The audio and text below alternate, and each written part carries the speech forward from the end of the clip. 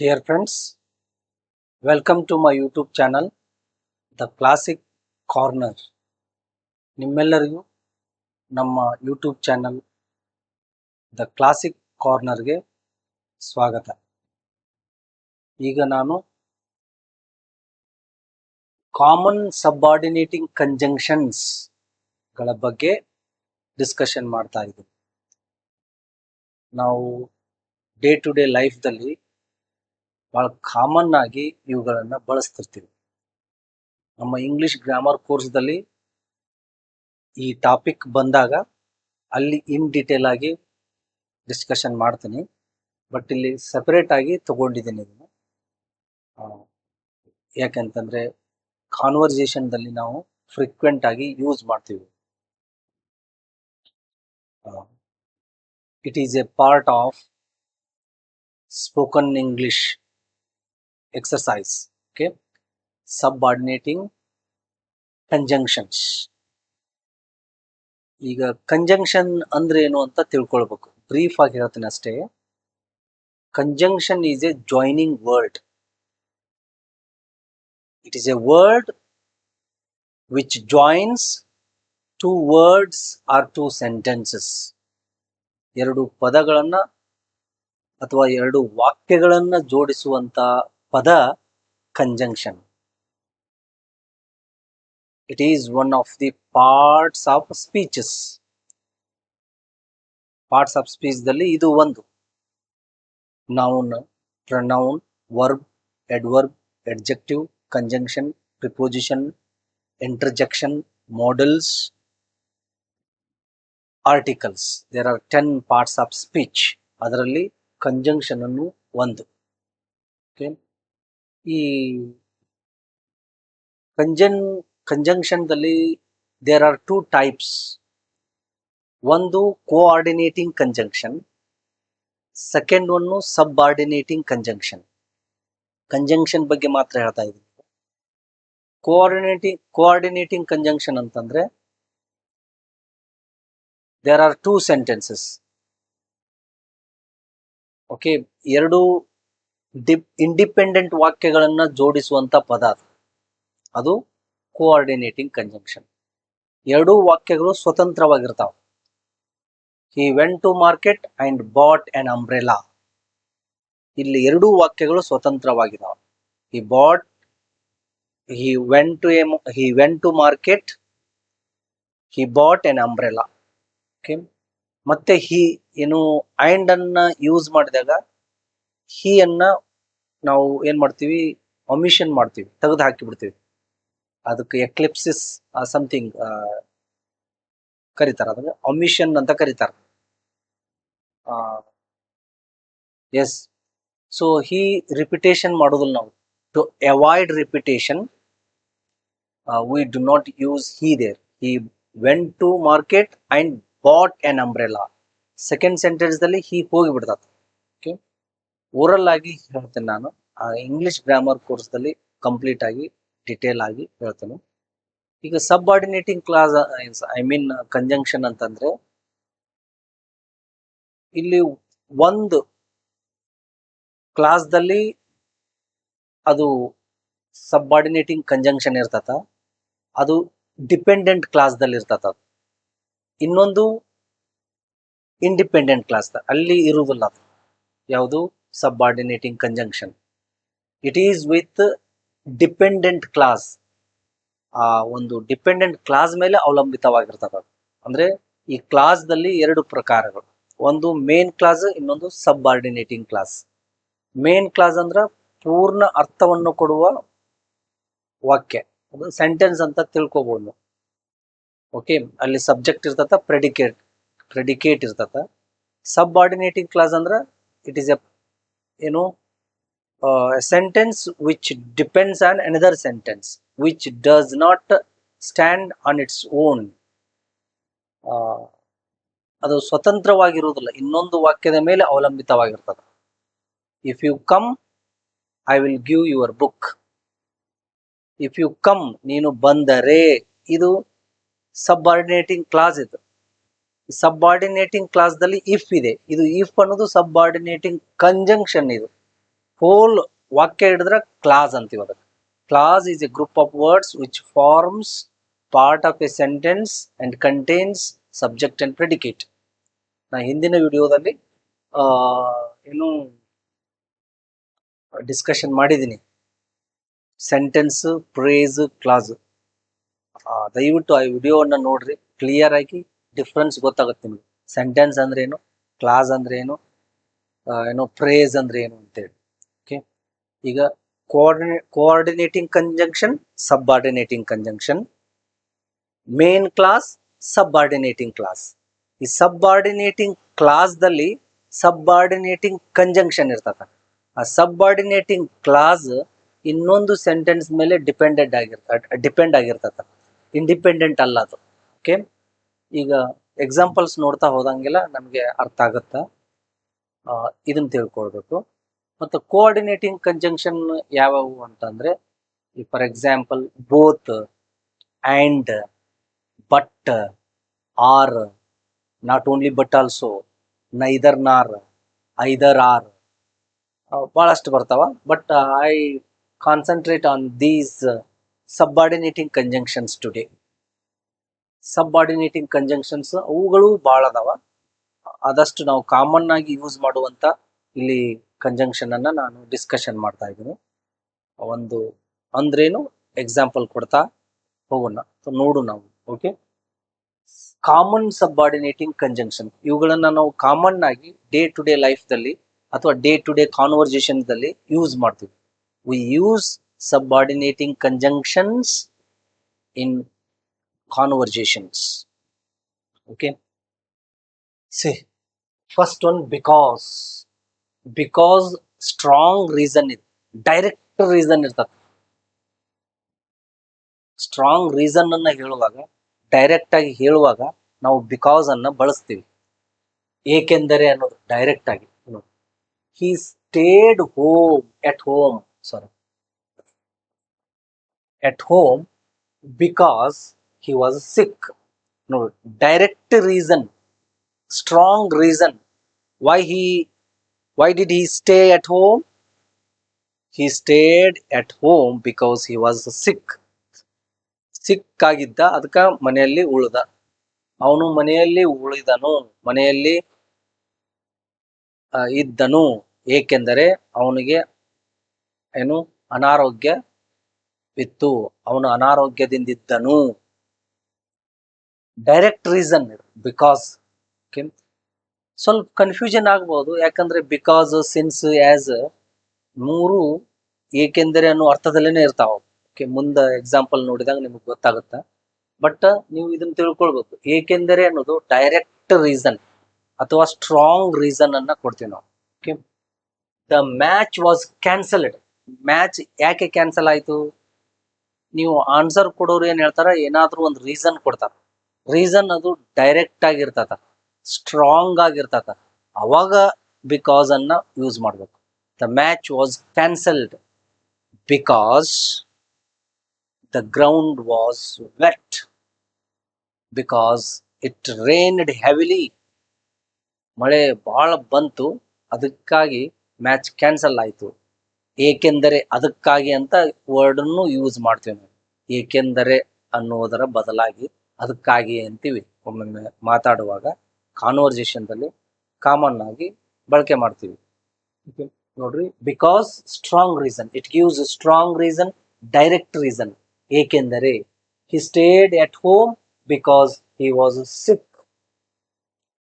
The match was cancelled because the ground was wet. Match cancel ಆಯ್ತು ಯಾಕೆಂದರೆ ಮೈದಾನ ತೇವವಾಗಿದ್ದರಿಂದ match cancel ಆಯ್ತು. ಏಕೆ ಅಂತ ಕ್ವಶನ್ಗೆ ಆನ್ಸರ್ ಬರತ್ ನೋಡ್ರಿ, ಆವಾಗ ಬಿಕಾಸ್ ಅನ್ನೋದು ಯೂಸ್ ಮಾಡ್ಬೇಕು. Next, since, reason already known, obvious. ಈ ರೀಸನ್ ಆಲ್ರೆಡಿ ನಮಗ್ ಗೊತ್ತಿರ್ತದ, ಸೂಕ್ಷ್ಮವಾಗಿ ಗಮನಿಸ್ಬೇಕು ನೀವು. ಇದು ಸಹಿತ ಏಕೆಂದರೆ ಅನ್ನೋ ಅರ್ಥದಲ್ಲೇನೆ ಇರ್ತದ. ಅಲ್ಲಿ ಬಿಕಾಸ್ ಸ್ಟ್ರಾಂಗ್ ಸ್ಟ್ರಾಂಗ್ ಸ್ಟ್ರಾಂಗ್ ಆ ವರ್ಡ್ ಮೇಲೆ ಕಾನ್ಸಂಟ್ರೇಟ್ ಮಾಡಿದ್ರೆ ಸ್ಟ್ರಾಂಗ್ ರೀಸನ್ ಅನ್ನ ಹೇಳ್ತಿರ್ತೀವಿ ನಾವಲ್ಲಿ. ಇಲ್ಲಿ ರೀಸನ್ ಆಲ್ರೆಡಿ ಗೊತ್ತಿರ್ತದ ನಮಗೆ, ಅಲ್ಲಿ ಗೊತ್ತಿರ್ತತ ಅಂತ ಅಲ್ಲ, ಅಲ್ಲಿ ರೀಸನ್ ಸ್ಟ್ರಾಂಗ್ ಆಗಿರ್ತದ. ಅದು ಇಲ್ಲಿ ಅಬ್ವಿಯಸ್ ಇರ್ತತ, ಅಬ್ವಿಯಸ್ ಆಗಿ ಇರ್ತದ. ಓಕೆ, ಅಂದ್ರ ಸ್ಪಷ್ಟವಾಗಿ ಗೊತ್ತಿರ್ತದ ನಮಗ್ ರೀಸನ್. ಇಲ್ಲಿ since he is honest everyone believes him. ಇಲ್ಲಿ ಆದುದರಿಂದ ಅನ್ನೋ ಅರ್ಥದಲ್ಲಿ ಬಳಕೆ ಆಗುತ್ತಿದೆ. ಆದುದರಿಂದ ಅನ್ನೋ ಅರ್ಥದಲ್ಲಿ, ಆದುದರಿಂದ ಅನ್ನೋ ಅರ್ಥದಲ್ಲಿ ಇರ್ತದೆ. ಅಲ್ಲಿ ಏಕೆಂದರೆ, ಬಿಕಾಸ್ ಅನ್ನೋದು ಏಕೆಂದರೆ ಅನ್ನೋ ಅರ್ಥ, ಸಿನ್ಸ್ ಅನ್ನೋದು ಆದುದರಿಂದ ಅನ್ನೋ ಅರ್ಥ ಬರುವಾಗ ಮಾತಾಡ್ತಿರ್ತೀವಲ್ಲ, ಅವಾಗ ಸಿನ್ಸ್ ಅನ್ನ ಯೂಸ್ ಮಾಡ್ಬೇಕು. Reason already known. Since he's honest, ಅವನು ಪ್ರಾಮಾಣಿಕನಾದುದರಿಂದ, ಎವ್ರಿ ಒನ್ ಬಿಲೀವ್ಸ್ ಇನ್, ಅವನು ಪ್ರಾಮಾಣಿಕನಾದುದರಿಂದ ಎಲ್ಲರೂ ಅವನನ್ನು ನಂಬುತ್ತಾರೆ. ಈ ಸಿನ್ಸ್ ಅನ್ನೋದು ಪ್ರಿಪೋಸಿಷನ್ ಹೌದದು. ಯಾವ ಸಂದರ್ಭದಲ್ಲಿ ಅಥವಾ ಏನಾಗಿ ಅದು ಬಳಕೆ ಆಗಿದೆ ಅನ್ನೋದು ಬಹಳ ಇಂಪಾರ್ಟೆಂಟ್. ಅದು ಸಿನ್ಸ್ ರಿಂದ, ಇಂದ, ವರೆಗೆ, ತನಕ ಅಂತ ಅರ್ಥ ಇತ್ತು ಅಂತಂದ್ರ, ಆ ಅರ್ಥದಲ್ಲಿ ಬಳಕೆ ಆಗಿತ್ತಂದ್ರ ಅದು preposition. For example, I have been teaching since 2020. ನಾನು 2020ರಿಂದ ಇಂಗ್ಲಿಷ್ ಅನ್ನು ಬೋಧಿಸುತ್ತಲಿದ್ದೇನೆ. 2020ರಿಂದ, ಸಿನ್ಸ್ 2020. ಇಲ್ಲಿ ಸಿನ್ಸ್ ಅನ್ನೋದಕ್ಕೆ ಇಂದ, ರಿಂದ ಅನ್ನೋ ಅರ್ಥ ಇದೆ. ಇದು ಇವಾಗ preposition, not conjunction. Okay, conjunction ಯಾವಾಗ ಆಗುತ್ತಂದ್ರೆ ಆದುದರಿಂದ ಅನ್ನೋದು ಅರ್ಥ ಇರ್ಬೇಕು, ಅದಕ್ಕೆ ರೀಸನ್ ಇರ್ಬೇಕದು, ರೀಸನ್ಗೆ ಸಂಬಂಧಪಟ್ಟ ಹಾಗೆ ಬಳಕೆ ಆಗಿರ್ಬೇಕದು. ಓಕೆ, ಹೊರಗೆ, ತನಕ ಅಂತಾನೂ ಯೂಸ್ ಆಗುತ್ತ ಸಿನ್ಸ್ ಫಾರ್ ಜೋಡಿಯಾಗಿ ಯೂಸ್ ಆಗ್ತಾ ನೋಡ್ರಿ. I had been teaching English since 2015. ನಾನು 2015ರವರೆಗೆ ಇಂಗ್ಲಿಷ್ ಅನ್ನು ಬೋಧಿಸುತ್ತಲಿದ್ದೆನು. ಅಲ್ಲಿವರೆಗೆ, ಅಲ್ಲಿ ತನಕ, 2015ರ ತನಕ ಬೋಧಿಸುತ್ತಲಿದ್ದೆನು. ಈ ಅರ್ಥದಲ್ಲಿನೂ ಬಳಕೆ ಆಗುತ್ತದ. ಸಿನ್ಸ್ ರಿಂದ, ಇಂದ, ತನಕವರೆಗೆ, ಈ ಅರ್ಥದಲ್ಲಿ ನೀವು ಬಳಕೆ ಮಾಡ್ತಾ ಇದ್ರಂದ್ರ that is preposition, not conjunction. ಈ ಆದುದರಿಂದ, if reason is already known or if reason is obvious, okay, ಅವಾಗ ಆದುದರಿಂದ ಅನ್ನೋ ಅರ್ಥ ಇರ್ತದ, ಅವಾಗ ಸಿನ್ಸ್ ಅನ್ನ ಬಳಕೆ ಮಾಡಿ. ಸಿನ್ಸ್ ಈಸ್ ಆನೆಸ್ಟ್, ಈ ಎಲ್ಲರೂ ಯಾಕೆ ಅವನ್ನ ನಂಬ್ತಾರ ಅಂತಂದ್ರೆ, ಆನೆಸ್ಟ್ ಅಂತೇಳಿ ರೀಸನ್ ಏನಂದ್ರ ಅವ್ರಿಗೆ ಅವ ಆನೆಸ್ಟ್ ಅದ ಅನ್ನೋದು ಆಲ್ರೆಡಿ ಗೊತ್ತಿದೆ. ಓಕೆ, ಅದಕ್ಕಾಗಿ ಅವನನ್ನು ನಂಬ್ತಾರ. ಅದಕ್ಕೆ ಇಲ್ಲಿ ಸಿನ್ಸ್ ಅನ್ನೋ ಪದವನ್ನ ಬಳಸ್ಬೇಕು. ಇಲ್ಲಿ ಸೂಕ್ಷ್ಮವಾಗಿ ಗಮನಿಸ್ರಿ ನೀವು, ರೀಸನ್ ಆಲ್ರೆಡಿ ನೋನ್ ಅಥವಾ ಆಬ್ವಿಯಸ್, ಈ ಪದವನ್ನ ನೆನಪಿಡ್ರಿ. ಕನ್ಫ್ಯೂಷನ್ ಆಗೋದು ಸಹಜ, ಅದು ಗ್ರಾಜುವಲಿ ಗೊತ್ತಾಗ್ತಾ ಹೋಗುತ್ತದೆ. ಓಕೆ, ನಮ್ಮ ಲ್ಯಾಂಗ್ವೇಜ್ ಮೇಲೆ ಒಂದು ಪ್ರಜ್ಞೆ ಅಥವಾ ಕಾನ್ಶಿಯಸ್ನೆಸ್ ಅಥವಾ ಅದ್ರ ಮೇಲೆ ಸ್ವಲ್ಪ ಹಿಡಿತ ಸಿಕ್ಕಾಗ ಏನೋ ಅರ್ಥ ಆಗ್ತಾ ಹೋಗ್ತದೆ. ಕೆಲವೊಮ್ಮೆ ನಾವು ಎಷ್ಟು ಎಕ್ಸಾಂಪಲ್ ಕೊಟ್ರು ಅಥವಾ ಎಷ್ಟು ಸಾರಿ ಓದಿದ್ರು ಆ ಟೈಮಿಗೆ ನಮಗದು ತಲೆಯಲ್ಲಿ ಹೋಗ್ತಿರೋದಿಲ್ಲ. ಅವಾಗ ಬಹಳಷ್ಟು ಡಿಸ್ಟರ್ಬ್ ಆಗಬಾರ್ದು. ಸುಮ್ಮನೆ ಮೇಲಿಂದ ಮೇಲೆ ಹೋತ ಮುಂದೆ ಹೋಗ್ಬೇಕು. ಓಕೆ, ಅದು 1 ತಿಂಗಳು ಬಿಟ್ಟು ಹೋದ್ರೆ ಸ್ವಲ್ಪ ಇನ್ನೂ ಸ್ವಲ್ಪ ಅರ್ಥ ಆದಂಗ ಅಂತ ಅನ್ಸುತ್ತೆ. ಅದಕ್ಕೆ ನಮಗೆ ಲ್ಯಾಂಗ್ವೇಜ್ ಮೇಲೆ ಹಿಡಿತ ಸಿಗದೆ ಹೋದಾಗ ಸ್ವಲ್ಪ ಅರ್ಥ ಆಗದೇ ಇರುವಂತ ಪರಿಸ್ಥಿತಿ ಉದ್ಭವಿಸುತ್ತೆ. ಯಾವಾಗ ನಮಗೆ ಲ್ಯಾಂಗ್ವೇಜ್ ಮೇಲೆ ಒಂದು ಹಿಡಿತ ಸಿಗ್ತತೋ, ಅಥಾರಿಟಿ ಸಿಗ್ತತೋ, ಅವಾಗ ಆ ಭಾಷೆ ಸ್ಪಷ್ಟ ಆಗ್ತಾ ಹೋಗ್ತದೆ. Okay, so since he is honest everyone believes it. Since you are interested, join the club. ನೀನು ಇಂಟ್ರೆಸ್ಟೆಡ್ ಇರುವುದರಿಂದ ಕ್ಲಬ್ಗೆ ಜಾಯಿನ್ ಆಗು. ಆಲ್ರೆಡಿ ಇಂಟ್ರೆಸ್ಟ್, ರೀಸನ್ ಜಾಯಿನ್ ಆಗಂತ ಯಾಕೆ ಹೇಳ್ತಾ ಇದೀವಿ? ಅವಾಗ ರೀಸನ್ ನಮಗ್ ಗೊತ್ತಿದೆ, ಯಾಕಂತಂದ್ರೆ ಅವ್ರಿಗೆ ಇಂಟ್ರೆಸ್ಟ್ ಇದೆ. ಎಲ್ರು ಯಾಕೆ ನಂಬ್ತಿದಾರ ಅವನ್ನ, ನಮ್ಗೆ ಆಲ್ರೆಡಿ ಗೊತ್ತಿದೆ ಅವನ ಪ್ರಾಮಾಣಿಕ ಅದಾನ ಅನ್ನೋದು. ಅದಕ್ಕಾಗಿ ಸಿನ್ಸ್ ಅನ್ನ ಬಳಸ್ಬೇಕು. ಈಗ ಅಲ್ಲಿ he stayed at home because was sick ಅಂತ ಹೇಳಿವಿ, ನಾವು ಡೈರೆಕ್ಟ್ ಆಗಿ ಹೇಳ್ಬಿಡ್ತೀವಿ ಅಲ್ಲಿ, ಸ್ಟ್ರಾಂಗ್ ರೀಸನ್ ಅನ್ನ ಕೊಡ್ತಾ ಇದೀವಿ ಅಲ್ಲಿ. ನಮ್ಗೆ ಆಲ್ರೆಡಿ ಅವಾಗ ಏನು ಸಿಕ್ ಅದನಂತ ಗೊತ್ತಿದ್ನಲ್ರಿ ಅಂತ ಹೇಳಕ್ ಆಗುದಿಲ್ಲ ಅಲ್ಲಿ. ಆಲ್ರೆಡಿ ಸಿಕ್ಕಿದ್ನಂತ ನಮಗ್ ಗೊತ್ತಿದೆ ಇಲ್ರಿ ಅಂತ ಹೇಳಿಕ್ ಆಗುದಿಲ್ಲ. ನಾವು ರೀಸನ್ ಅನ್ನ ಅಲ್ಲಿ ಇಮಿಡಿಯೇಟ್ ಆಗಿ ಸ್ಟ್ರಾಂಗ್ ಆಗಿ ಕೊಡ್ತಾ ಇದೀವಿ. ಅದಕ್ಕಾಗಿ ಅಲ್ಲಿ ಬಿಕಾಸ್ ಯೂಸ್ ಮಾಡ್ತೀವಿ. ಇಲ್ಲಿ ಬಿಕಾಸ್ ಯೂಸ್ ಮಾಡಕ್ ಬರೋದಿಲ್ಲ, because reason is already known here. You are aware of reason. Okay, so since he is honest, everyone believes him. Since you are interested, join the club. Okay, ಈ ಅರ್ಥದಲ್ಲಿ since ಅನ್ನ ಬಳಸಬೇಕು. ಆದುದರಿಂದ ಅನ್ನೋ ಅರ್ಥ ಬರುವ ಹಾಗೆ ನೀವು ಮಾತಾಡ್ತಾ ಇದ್ದರೆ ಸಿನ್ಸ್ ಅನ್ನ ಯೂಸ್ ಮಾಡಿ. ಇವು ಸಬ್ಆರ್ಡಿನೇಟಿಂಗ್ ಕಂಜಂಕ್ಷನ್ ಅಂತ ನೋಡಿ. ಈಸ್ ಸಿನ್ಸ್ ಈಸ್ ಆನೆಸ್ಟ್ ಅನ್ನೋದು ಅವನು ಪ್ರಾಮಾಣಿಕನಾದುದರಿಂದ. ಈ ಸೆಂಟೆನ್ಸ್ಗೆ ಒಂದು, ಈ ಸೆಂಟೆನ್ಸ್ ಸ್ವತಂತ್ರವಾಗಿಲ್ಲ, ಇದು ಇಂಡಿಪೆಂಡೆಂಟ್ ಆಗಿಲ್ಲ. ಈಗ ಅವನು ಪ್ರಾಮಾಣಿಕನಾದುದರಿಂದ ಅಂತಿನ ಇಷ್ಟೇ ಹೇಳ್ತೀನಿ, ಇದಕ್ಕೆ ಅರ್ಥ ಇಲ್ಲ. ಇದರಲ್ಲಿ ಸಬ್ಜೆಕ್ಟ್ ಇದೆ, ಪ್ರೆಡಿಕೇಟ್ ಇದೆ. It forms part of a sentence. Subject ಇದೆ, it has subject and predicate, but it does not give you full sense, complete idea, complete meaning. ಈ ಸೆಂಟೆನ್ಸ್ ಇದಕ್ಕೆ ಯಾವಾಗ ಮೀನಿಂಗ್ ಬರ್ತದ?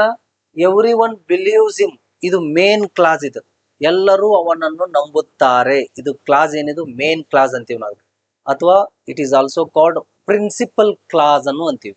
ಇನ್ನೊಂದು ಅರ್ಥನೂ, ಇನ್ನೊಂದು ನೇಮ್ನು ಇದೆ ಅದಕ್ಕೆ. ಏನಿದೆ ಅಂತಂದ್ರೆ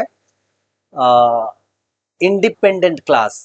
ಇದಕ್ಕೇನಂತೀವಿ? ಎವ್ರಿ ಒನ್ ಬಿಲೀವ್ಸ್ ಅಂತ ಹೇಳೋದಕ್ಕ ಮೇನ್ ಕ್ಲಾಸ್ನು ಅಂತೀವಿ, ಇಂಡಿಪೆಂಡೆಂಟ್ ಕ್ಲಾಸ್ನು ಅಂತೀವಿ, ಪ್ರಿನ್ಸಿಪಲ್ ಕ್ಲಾಸ್ನು ಅಂತೀವಿ. ಓಕೆ, 3 ಹೆಸರುಗಳು ಅದಾವ ಅದಕ್ಕೆ, 3 names: main class, independent class, principal class.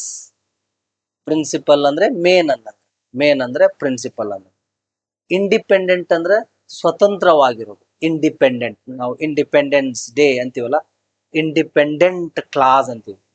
ಯಾಕೆ ಇಂಡಿಪೆಂಡೆಂಟ್ ಕ್ಲಾಸ್ ಅಂತೀವಂದ್ರೆ ಅದಕ್ಕ ಅದು ಪೂರ್ಣ ಅರ್ಥ ಕೊಡ್ತಾ ಇದೆ, ಅದು ಇನ್ನೊಂದು ಸೆಂಟೆನ್ಸ್ ಮೇಲೆ ಡಿಪೆಂಡ್ ಆಗಿಲ್ಲ. ಇದನ್ನ ಹೇಳ್ಬೇಕಾದ್ರೆ ಇದನ್ನ ಹೇಳಲೇಬೇಕಂತೇನಿಲ್ಲ, ಆದರೆ ಇದು ಅರ್ಥ ಆಗ್ಬೇಕಾದ್ರೆ ಇದನ್ನ ನಾವು ಹೇಳಲೇಬೇಕು.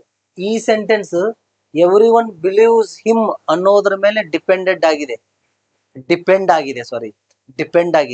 ಅದಕ್ಕೆ ಇದಕ್ಕೆ ಡಿಪೆಂಡೆಂಟ್ ಕ್ಲಾಸ್ನು ಅಂತಾರ, ಇನ್ನೊಂದು ಹೆಸರು ಸಬ್ಆರ್ಡಿನೇಟ್ ಕ್ಲಾಸ್ನು ಅಂತಾರ.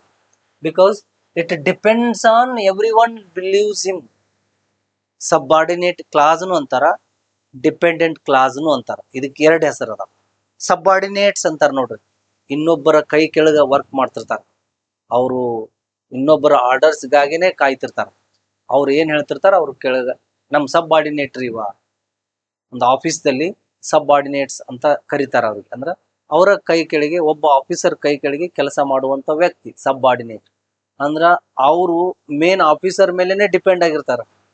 ಹಾಗೇನೆ ಇದು ಸೆಂಟೆನ್ಸ್. ಈ ಸೆಂಟೆನ್ಸ್ ಯಾಕ ಸಬ್ಆರ್ಡಿನೇಟ್ ಕ್ಲಾಸ್ ಅಂತ ಅಂತೀವಿ ಅಂತಂದ್ರೆ, ಈ ಸೆಂಟೆನ್ಸ್ ಇನ್ನೊಂದ್ರ ಮೇಲೆ ಡಿಪೆಂಡ್ ಆಗಿದೆ. ಓಕೆ, ಅದಕ್ಕಾಗಿ ಸಬ್ಆರ್ಡಿನೇಟಿಂಗ್ ಕ್ಲಾಸ್. ಈ ಸಬ್ಆರ್ಡಿನೇಟಿಂಗ್ ಕ್ಲಾಸ್ದಲ್ಲೇ ಸಬ್ಆರ್ಡಿನೇಟಿಂಗ್ ಕಂಜಂಕ್ಷನ್ ಇರ್ತದ. ಸಿನ್ಸ್ ಅನ್ನೋದು ಕಂಜಂಕ್ಷನ್. ನಾನೀಗ ಕಂಜಂಕ್ಷನ್ ಬಗ್ಗೆ ಮಾತ್ರ ಹೇಳ್ತಾ ಇದ್ದೀನಿ, ಕಂಜಂಕ್ಷನ್ ಅನ್ನ ಬಳಕೆ ಮಾಡ್ತಾ ಇದ್ದೀವಿ ಅಂತೇಳಿ. ಓಕೆ, ಸಬ್ಆರ್ಡಿನೇಟಿಂಗ್ ಕಂಜಂಕ್ಷನ್ ಅನ್ನ ಎಲ್ಲಿ ಬಳಕೆ ಮಾಡ್ತಾ ಇದ್ದೀವಿ, ಏನ್ ಅರ್ಥ ಕೊಡ್ತಾ ಇದೆ ಅಂತ ಹೇಳ್ತಾ ಇದ್ದೀನಿ. Okay, so since you are interested, ನಿನಗೆ ಆಸಕ್ತಿ ಇರುವುದರಿಂದ, ನೋಡು ಅರ್ಥ ಇಲ್ಲ. Join the club, imperative sentence, ಅರ್ಥ ಇದೆ, ಪೂರ್ಣ ಅರ್ಥ ಕೊಡ್ತಾ ಇದೆ. ಲೈಕ್ ಸಿನ್ಸ್, ಆಸ್, ಆದುದರಿಂದ. ಇದು ನೋಡ್ರಿ, ಇದು ಸಹಿತ ಆದುದರಿಂದನೇ ಅಂತ ಮೀನಿಂಗ್ ಇದೆ ಇದಕ್ಕೂ. ಈಗ ವೀಕ್ ಬ್ಯಾಕ್ ಗ್ರೌಂಡ್ ರೀಸನ್, ಬಹಳ ವೀಕ್ ಇರ್ತತಿ ಇದು. ಬ್ಯಾಕ್ ಗ್ರೌಂಡ್ ರೀಸನ್ ಇರ್ತದ ಅಂದ್ರೆ, as library was closed we returned home. ನಾವು ರಿಟರ್ನ್ಡ್ ಆದಿವಿ ಮನೆಗೆ. ಯಾಕೆ ಅಂತಂದ್ರೆ as library was closed. Background reason ಏನಿದೆ, ಕ್ಲೋಸ್ ಆಗಿದೆ ಲೈಬ್ರರಿ, ಅವಾಗ ಆಸ್ ಅನ್ನ ಬಳಕೆ ಮಾಡ್ತೀವಿ. ಸಿನ್ಸ್ ಲೈಬ್ರರಿ ವಾಸ್ ಕ್ಲೋಸ್ಡ್ ಅಲ್ಲ, ಕ್ಲೋಸ್ ಆಗಿದ್ ನಮ್ಗೆ ಆಲ್ರೆಡಿ ಗೊತ್ತಿಲ್ಲ. ಈಗ ಗೊತ್ತಿತ್ತಂದ್ರೆ ನಾವು ಲೈಬ್ರರಿಗೆ ಹೋಗ್ತಿದ್ದಿಲ್ಲಲ್ಲ. ಡಿಡ್ ಯು ಅಂಡರ್ಸ್ಟ್ಯಾಂಡ್ ನಾವು? ಈಗ ಅಂಡರ್ಸ್ಟ್ಯಾಂಡಿಂಗ್ ಆಯ್ತು ಅಂತ ಅನ್ಕೊಳ್ತೀನಿ ನಾನು. ಓಕೆ, ಅಲ್ಲಿ ರೀಸನ್ ಆಲ್ರೆಡಿ ಗೊತ್ತಿರ್ತದ. ಸಿನ್ಸ್ ಈಸ್ ಆನೆಸ್ಟ್ ಅಂದಾಗ, ಸಿನ್ಸ್ ಈಸ್ ಆನೆಸ್ಟ್ ಅಂದಾಗ ಅವ ಆನೆಸ್ಟ್ ಇದ್ದಿದ್ದು ನಮಗ್ ಗೊತ್ತಿದೆ ಆಲ್ರೆಡಿ. ಇಲ್ಲಿ ಲೈಬ್ರರಿ ಕ್ಲೋಸ್ ಆಗಿದ್ದು ನಮಗ್ ಗೊತ್ತಿಲ್ಲ, ಅಲ್ಲಿ ಹೋದ್ಮೇಲೆ ಗೊತ್ತು ನಮಗ. ವೀಕ್ ಬ್ಯಾಕ್ ಗ್ರೌಂಡ್ ಇರ್ತತಿ ಇಲ್ಲಿ. ಓಕೆ, ವೀಕ್ ಅಂದ್ರ ಬ್ಯಾಕ್ ಗ್ರೌಂಡ್ ರೀಸನ್ ಇರ್ತತಿ ಇಲ್ಲಿ, ವೀಕ್ ಆಗಿರ್ತದ. As library was closed we entered, I mean we returned home. As the road was narrow vehicles moved slowly. Road narrow ಆಗಿದ್ದರಿಂದ ವೆಹಿಕಲ್ಸ್ಗಳು ಸ್ಲೋ ಆಗಿ move ಆದವು, ನಿಧಾನವಾಗಿ ಚಲಿಸಿದವು. As library was closed, library ಮುಚ್ಚಿರುವುದರಿಂದ, ಕ್ಲೋಸ್ ಆಗಿರುವುದರಿಂದ. ಇದು ಸಬ್-ಆರ್ಡಿನೇಟಿಂಗ್ ಕ್ಲಾಸ್. ಇದರಲ್ಲಿರುವಂತ ಆಸ್ ಸಬ್-ಆರ್ಡಿನೇಟಿಂಗ್ ಕಂಜಂಕ್ಷನ್. ಇದನ್ನ ಉಲ್ಟನೂ ಮಾಡಬಹುದು ನೀವು. We returned home as library was closed, but most of the time it is used in the beginning of the sentence. Okay, as library was closed, as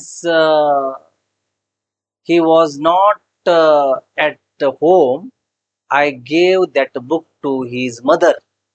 ಅವನು ಮನೆಯಲ್ಲಿ ಇಲ್ಲದೇ ಇದ್ದದ್ದರಿಂದ ನಾನು ಆ ಪುಸ್ತಕವನ್ನು ಅವನ ತಾಯಿಗೆ ಕೊಟ್ಟೆನು. ಈ ಅರ್ಥದಲ್ಲಿ ಬಳಸ್ಬೋದು. As the road was narrow. ನೋಡ್ರಿ, ಪ್ರತಿಯೊಂದು ಸೆಂಟೆನ್ಸ್ ದಲ್ಲಿ ಟೆನ್ಸ್ ಮೇಲೆ ಕಾನ್ಸಂಟ್ರೇಟ್ ಮಾಡ್ಕೋತ ಹೋಗ್ಬೇಕು ನೀವು. ಇಲ್ಲದೆ ಇದ್ರೆ ಈ ಪದವನ್ನ ಬಳಸುವಾಗ ಪದ ಬಳಸ್ತಿರ್ತೀರಿ, ಆದ್ರೆ ಇಲ್ಲಿ ಮಿಸ್ಟೇಕ್ ಮಾಡ್ಬಿಡ್ತೀರಿ. ಇಲ್ಲಿ ಒಮ್ಮೊಮ್ಮೆ ರಿಟರ್ನ್ ಅಂತ ಅಷ್ಟೇ ಹೇಳ್ತೀರಿ, ಇಲ್ಲಿ ವಾಸ್ ಅಂತ ಬಳಸೋದಿಲ್ಲ, ಅಥವಾ ಏನು ಸಮ್ ಏನು wrong things will take place here, happen. ಈಗ ಏನಾಗ್ಬಿಡ್ತಾವ, ತಪ್ಪಾಗಿ ಬಳಸಕ್ ಹತ್ತಿ ಬಿಡ್ತಾರೆ. ಅದಕ್ಕೆ ಟೆನ್ಸ್ ಭಾಳ ಇಂಪಾರ್ಟೆಂಟ್. ನಿಮಗೆ ಇದು ಬಳಸೋದು ಗೊತ್ತಿದ್ರು ಸಹಿತ ತಪ್ಪಾಗಿ ಬಳಸಿಬಿಡ್ತೀರಿ ನೀವು. ಟೆನ್ಸ್ ತಪ್ಪು ಹೋಗಿತ್ತಂದ್ರ ಅದನ್ನ ಬಳಸಿದ್ರು ನಿಮ್ಗೆ ಅದು ಬಳಸಾಕ್ ಬಂದ್ರು ಸಹಿತ ಯೂಸ್ಲೆಸ್ ಆಗಿಬಿಡ್ತದ. ಅದಕ್ಕೆ ಟೆನ್ಸ್ ಕಲ್ತ ಆದ್ಮೇಲೆನೆ ಇವನ್ನ ನೀವು ನೋಡ್ಬೇಕು. ನಾ ಟೆನ್ಸ್ ಅನ್ನ ಹೇಳ್ತಾ ಇದ್ದೀನಿ ಡಿಟೇಲ್ ಆಗಿ, ನೀವು ಮೊದಲೇ ವಿಡಿಯೋದಿಂದ ನೋಡ್ಕೋತ ಬರ್ರಿ, ಗೊತ್ತಾಗುತ್ತೆ. ಆಸ್ ಆದುದರಿಂದ ವೀಕ್ ಆಗಿರ್ತದೆ, ಇದು ಬ್ಯಾಕ್ ಗ್ರೌಂಡ್ ರೀಸನ್ ಇರ್ತದೆ. ಓಕೆ, ಆ ರೀಸನ್ ನಮಗ್ ಗೊತ್ತಿರುವುದಿಲ್ಲ. As the road was narrow vehicles moved slowly. ಈಗ ರೋಡ್ ನ್ಯಾರೋ ಇದ್ರ ವೆಹಿಕಲ್ ಹೋಗ್ತಿರ್ಲಿಕ್ಕಿಲ್ಲ ಅಲ್ಲಿ. ಓಕೆ, ಬ್ಯಾಕ್ ಗ್ರೌಂಡ್ ರೀಸನ್ ಇದೆ, ಆದ್ರೆ ಅದು ಗೊತ್ತಿಲ್ಲ. ಬಿಕಾಸ್ ಸ್ವಲ್ಪ ನಿಮ್ಗೆ ಅಲ್ಲಿ ಕನ್ಫ್ಯೂಷನ್ ಆಗ್ಬಹುದು, ಬಟ್ ಇವೆರಡಕ್ಕೂ ನಿಮ್ಗೆ ಡಿಫರೆನ್ಸ್ ಗೊತ್ತಾಗೇ ಆಗುತ್ತೆ. Okay, like this. Next one, although ಆದಾಗ್ಯೂ. Although she was nervous, she spoke confidently. ಈಗ ನೋಡ್ರಿ, ಆಲ್ದೋ ದೋ ಎರಡು ಪದಗಳ ಬರ್ತಾವ. ಆ ಎರಡಕ್ಕೂ ಸಹಿತ ಏನಂತೀವಿ, ಆದಾಗ್ಯೂ ಅನ್ನೋ ಅರ್ಥದನ್ನ ಬಳಸ್ತೀವಿ. ನೆಕ್ಸ್ಟ್ ಇದೆ, ಇಲ್ಲಿ ದೋ ಇದೆ. ಓಕೆ, ಎರಡೂ ಒಂದೇ ಅರ್ಥ. ಇದು ಆದಾಗ್ಯೂ, ಅದು ಆದಾಗ್ಯೂ. ಹಾಗಾದ್ರೆ ಎಲ್ಲಿ ಬಳಸಬೇಕು ಅನ್ನೋದು ಏನು ಕ್ವಶನ್. ಈಗ ಆಲ್ದೋ ಅನ್ನೋದು ಬಹಳ ಫಾರ್ಮಲ್ ಆಗಿ ಬಳಸ್ತೀವಿ ನಾವು. Formal language. ಫಾರ್ಮಲ್ ಲ್ಯಾಂಗ್ವೇಜ್ ಅಂದ್ರೆ ಏನ್ರಿ ಅಂತಂದ್ರೆ, ಫಾರ್ಮಲ್ ಲ್ಯಾಂಗ್ವೇಜ್ ಅಂದ್ರೆ official language, serious language, conversation ದಲ್ಲಿ ಹೆಚ್ಚು ಯೂಸ್ ಮಾಡುವುದಿಲ್ಲ ಅಂತ language. Academic language, writing language, writing ಮಾಡ್ತೀವಲ್ಲ, ಬರಿತೀವಲ್ಲ, ಅಲ್ಲಿ ಹೆಚ್ಚು ಬಳಸ್ತಿರ್ತೀವಿ. ದೋ ಅನ್ನ ಕಾನ್ವರ್ಸೇಷನ್ ದಲ್ಲಿ ಹೆಚ್ಚು ಬಳಸ್ತಿರ್ತೀವಿ. ಇದು ಇನ್ಫಾರ್ಮಲ್ ವರ್ಡ್. ಇದು ಫಾರ್ಮಲ್ ಕಂಜಂಕ್ಷನ್, ಅದು informal conjunction. Although formal conjunction ಬಹಳ ಏನು ಫಾರ್ಮಲ್ ಆಗಿ ಬಳಸ್ತೀವಿ. ಫಾರ್ಮಲ್ ಡ್ರೆಸ್ ಅಂತಾರಲ್ಲ, ಅಂದ್ರೆ ಸೀರಿಯಸ್ ಆಗಿ, ಅಕಾಡೆಮಿಕ್ ಆಗಿ, ಬರವಣಿಗೆಯಲ್ಲಿ ಇಂಥ ಒಂದು ಅಫಿಷಿಯಲ್ ಆಗಿ ಬಳಸ್ತೀವಿ ನಾವು. ಓಕೆ, ಅಂದ್ರ ಈಗ ಯಾವ್ದಾದ್ರು ಗೋರ್ಮೆಂಟ್ ನೋಟಿಫಿಕೇಶನ್ ಬರ್ತದ ನೋಡ್ರಿ, ಅಲ್ಲಿ ದೋ ಅಂತ ಯೂಸ್ ಮಾಡಿರೋದಿಲ್ಲ ಅವ್ರು. ಆಲ್ದೋ ಅಂತ ಯೂಸ್ ಮಾಡಿರ್ತಾರ ಬಹಳಷ್ಟು ಸಲ. ಯಾಕಂದ್ರೆ ಅದು ಅಫಿಷಿಯಲ್ ಆಗಿ ಬಳಸ್ಬೇಕಾಗಿರ್ತದ. ಅದಕ್ಕ ಫಾರ್ಮಲ್ ಲ್ಯಾಂಗ್ವೇಜ್ ಅಂತ ಕರಿತೀವಿ. ಇನ್ಫಾರ್ಮಲ್ ಅಂತಂದ್ರ ನಮ್ಮ ಡೇ ಟು ಡೇ ಕಾನ್ವರ್ಸೇಷನ್ ದಲ್ಲಿ ಬಳಕೆ ಮಾಡ್ತೀವಿ, ಅದು ಇನ್ಫಾರ್ಮಲ್ ಲ್ಯಾಂಗ್ವೇಜ್. ಮನೆಯಲ್ಲಿ ನಾವು ಮಾತಾಡ್ತೀವಲ್ಲ, ಅದು ಇನ್ಫಾರ್ಮಲ್ ಲ್ಯಾಂಗ್ವೇಜ್. ನೀವು ಟೀಚರ್ ಜೊತೆಗೆ ಅಥವಾ ಒಬ್ಬ IAS ಆಫೀಸರ್ ಜೊತೆಗೆ ಅಥವಾ ಯಾವುದೋ ಗೌರ್ಮೆಂಟ್ ಆಫಿಷಿಯಲ್ ಜೊತೆಗೆ ನೀವು ಮಾತಾಡುವಾಗ ಫಾರ್ಮಲ್ ಆಗಿ ಮಾತಾಡ್ತೀರಿ. ಅಲ್ಲಿ ಯಾವ ಪದವನ್ನು ಬಳಸಬೇಕು ಅದೇ ಪದವನ್ನ ಬಳಸ್ತೀರಿ. ಹಾಗೆ ನೀವು ಯಾವುದಾದರೂ ಅಫಿಷಿಯಲ್ ಜೊತೆಗೆ ಮಾತಾಡುವಾಗ ಹೇಗೆ ಮಾತಾಡ್ತಿರೋ ಹಾಗೇನೆ ಮನೆಯಲ್ಲಿ ಮಾತಾಡೋದಿಲ್ಲ, ಅದು ಇನ್ಫಾರ್ಮಲ್ ಲ್ಯಾಂಗ್ವೇಜ್. ಔಪಚಾರಿಕ, ಅನೌಪಚಾರಿಕ, ಲೈಕ್ ದಿಸ್. ಈಗ ಆಲ್ದೋ ಶಿ ವಾಸ್ ನರ್ವಸ್, ಅವಳು ನರ್ವಸ್ ಆಗಿದ್ದರೂ, ಆದಾಗ್ಯೂ ಅನ್ನೋ ಅರ್ಥ. ಆಗಿದ್ದರೂ ಅಂತೀವಿ, ನರ್ವಸ್ ಆಗಿದ್ದಾಗ್ಯೂ, ಆಗಿದ್ದಾಗ್ಯೂ ಅಥವಾ ಆದರೂ ಅನ್ನೋ ಅರ್ಥನೂ ನಾವು ಕಾಮನ್ ಆಗಿ ಬಳಕೆ ಮಾಡ್ತೀವಿ. ಶಿ ಸ್ಪೋಕ್ ಕಾನ್ಫಿಡೆಂಟ್ಲಿ, ನರ್ವಸ್ ಆಗಿದ್ದಾಗ್ಯೂ ಕಾನ್ಫಿಡೆಂಟ್ ಆಗಿ ಬಹಳ ಆತ್ಮವಿಶ್ವಾಸದಿಂದ ಮಾತನಾಡಿದರು. ಇದಕ್ಕ ಮೀನಿಂಗ್ ಇಲ್ಲ ಸಬಾರ್ಡಿನೇಟಿಂಗ್ ಕ್ಲಾಸ್, ಸಬಾರ್ಡಿನೇಟಿಂಗ್ ಕಂಜಂಕ್ಷನ್ ಇದೆ. ಆಲ್ದೋ ಸಬಾರ್ಡಿನೇಟಿಂಗ್ ಕ್ಲಾಸ್ ದಲ್ಲಿ ಇರುವುದು ವರ್ಡ್ ಸಬಾರ್ಡಿನೇಟಿಂಗ್ ಕಂಜಂಕ್ಷನ್ ಅಲ್ಲೇ ಇರ್ತದ. ಇದು ಮೇನ್ ಕ್ಲಾಸ್ ನಲ್ಲಿ ಇರುವುದಿಲ್ಲ. ಅದು ಮೇನ್ ಕ್ಲಾಸ್ ಇಂಡಿಪೆಂಡೆಂಟ್ ಆಗಿರ್ತದ, ಅದು ಪ್ರಿನ್ಸಿಪಲ್ ಕ್ಲಾಸ್ ಅಂತೀವಿ. ಶಿ ಸ್ಪೋಕ್ ಕಾನ್ಫಿಡೆಂಟ್ಲಿ, ನೋಡ್ರಿ ಇದಕ್ಕೆ ಏನೂ ಪ್ರಾಬ್ಲಮ್ ಇಲ್ಲ, ಫುಲ್ ಅರ್ಥ ಕೊಡ್ತಾ ಇದೆ, ಇದು ಫುಲ್ ಸೆನ್ಸ್ ಕೊಡ್ತಾ ಇದೆ, ಕಂಪ್ಲೀಟ್ ಸೆನ್ಸ್ ಇದೆ ಇದಕ್ಕೆ. ಶಿ ಸ್ಪೋಕ್ ಕಾನ್ಫಿಡೆಂಟ್ಲಿ, ಅವಳು ಆತ್ಮವಿಶ್ವಾಸದಿಂದ ಮಾತನಾಡಿದಳು, ಇದು ಅರ್ಥ ಆಗತ್ತ. ಅವಳು ನರ್ವಸ್ ಆಗಿದ್ದಾಗ್ಯೂ, ಸ್ಟಾಪ್ ಮಾಡ್ತೀನಿ ನೋಡ್ರಿ ನಾನು, ಇದು ಅರ್ಥ ಇಲ್ಲ ಇದಕ್ಕೆ. ಇನ್ನೊಂದು ಸೆಂಟೆನ್ಸ್ ಹೇಳಿದಾಗ ಮಾತ್ರ ಇದಕ್ಕೆ ಅರ್ಥ ಬರ್ತದೆ. Okay, although the food was cold we ate it. Food cold ಆಗಿದ್ರು ಸಹಿತ, ಬಹಳ ತಂಪಾಗಿದ್ರು ಸಹಿತ ನಾವು ತಿಂದಿವಿ ಅನ್ನೋದು ಅರ್ಥ. ಆದಾಗ್ಯೂ, like although she was nervous, she spoke confidently. Although the food was cold we ate it. Though, ಆದಾಗ್ಯೂ. Though he apologised, she remained upset. ನೋಡ್ರಿ, ಇದನ್ನ ನಾವು ಎರಡು ಸೇಮ್, ಆಲ್ದೋ ಹಿ ಅಪಾಲಜೈಸ್ಡ್ ಅಂತನೂ ಓಕೆ, ಬಟ್ ಅದನ್ನ ಬರವಣಿಗೆಯಲ್ಲಿ ಅಫಿಷಿಯಲ್ ಆಗಿ ಸೀರಿಯಸ್ ಆಗಿ ರೈಟಿಂಗ್ ನಲ್ಲಿ ಬಳಸ್ತಿರ್ತೀವಿ ನಾವು. ಅಕಾಡೆಮಿಕ್ ರೈಟಿಂಗ್ ನಲ್ಲಿನೂ ಬಳಸ್ತಿರ್ತೀವಿ. ಯಾವುದು? ಆಲ್ದೋ ಅನ್ನು. ಇದನ್ನ ಕಾನ್ವರ್ಜೇಷನ್ ದಲ್ಲಿ ಹೆಚ್ಚು ಬಳಸ್ತೀವಿ ನಾವು. ಮಾತಾಡ್ತಿರ್ತೀವಲ್ಲ, ಇನ್ಫಾರ್ಮಲ್ ಆಗಿ ಮಾತಾಡ್ತಿರ್ತೀವಲ್ಲ, ಅವಾಗ ಹೆಚ್ಚು ಬಳಸ್ತೀವಿ. ಓಕೆ, ಸೊ ದೋ ಹಿ ಅಪಾಲಜೈಸ್ ಶಿ ರಿಮೈನ್ಡ್ ಅಪ್ಸೆಟ್. ಅವನು ಕ್ಷಮೆ ಕೇಳಿದಾಗ್ಯೂ ಅವಳು ಅಪ್ಸೆಟ್ ಆಗಿ ಉಳಿದ್ರು ಅಂತ. ದೋ the exam was difficult, many students passed. ಪರೀಕ್ಷೆ ಬಹಳ ಕಠಿಣವಾಗಿದ್ದಾಗ್ಯೂ ಅವರು ವಿದ್ಯಾರ್ಥಿಗಳು ಪರೀಕ್ಷೆಯನ್ನು ಪಾಸ್ ಆದರು, ವಿದ್ಯಾರ್ಥಿಗಳು ಪಾಸ್ ಆದರು ಅನ್ನೋದಂತ.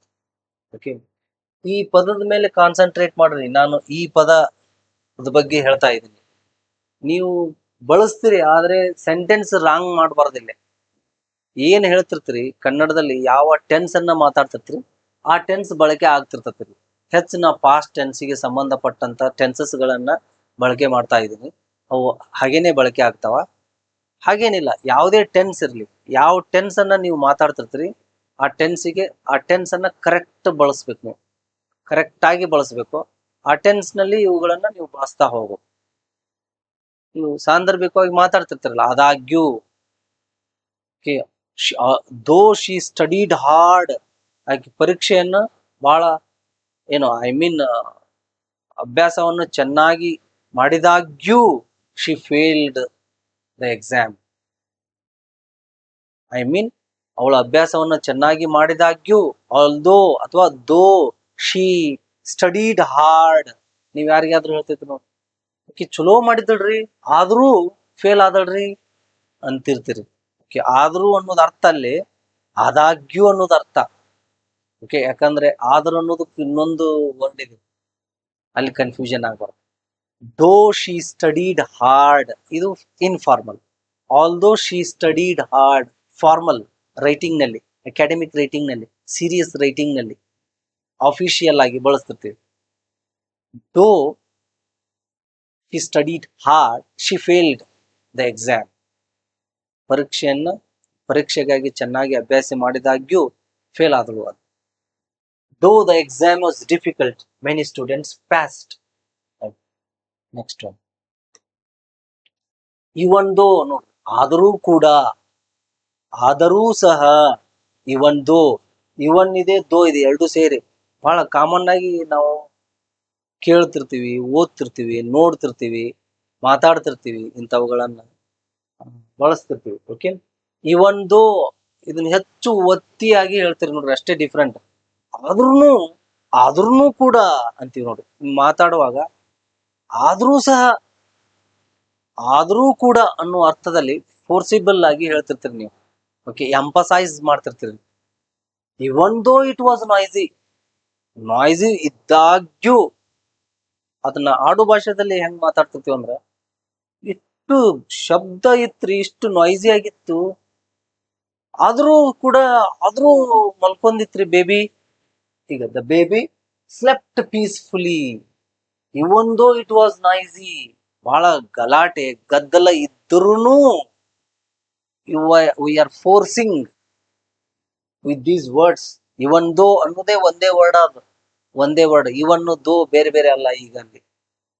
Okay, even though it was noisy the baby slept peacefully. ಮಗು ಶಾಂತವಾಗಿ ಮಲಗಿತು.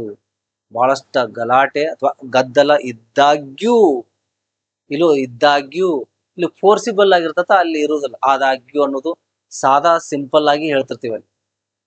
ಇವನ್ though he had money he led a simple life. ಏನು, ಅವನ ಹತ್ರ ಹಣ ಇದ್ದಾಗ್ಯೂ ಮಾತಾಡ್ತಿರ್ತೀವಿ, ಹಣ ಬಾಳ ಇತ್ರಿ ಅವನ ಹತ್ರ, ಆದ್ರೂ ಬಹಳ ಸಿಂಪಲ್ ಲೈಫ್ ಲೀಡ್ ಮಾಡಿದನ್ರಿ, ಈ ತರ ಮಾತಾಡ್ತಿರ್ತೀವಿ. ಆದ್ರೂ ಅನ್ನೋದು ನೋಡ್ರಿ ಅಲ್ಲಿ ಫೋರ್ಸಿಬಲ್ ಆಗಿ ವಿ ಆರ್ ಎಂಪಸೈಸಿಂಗ್.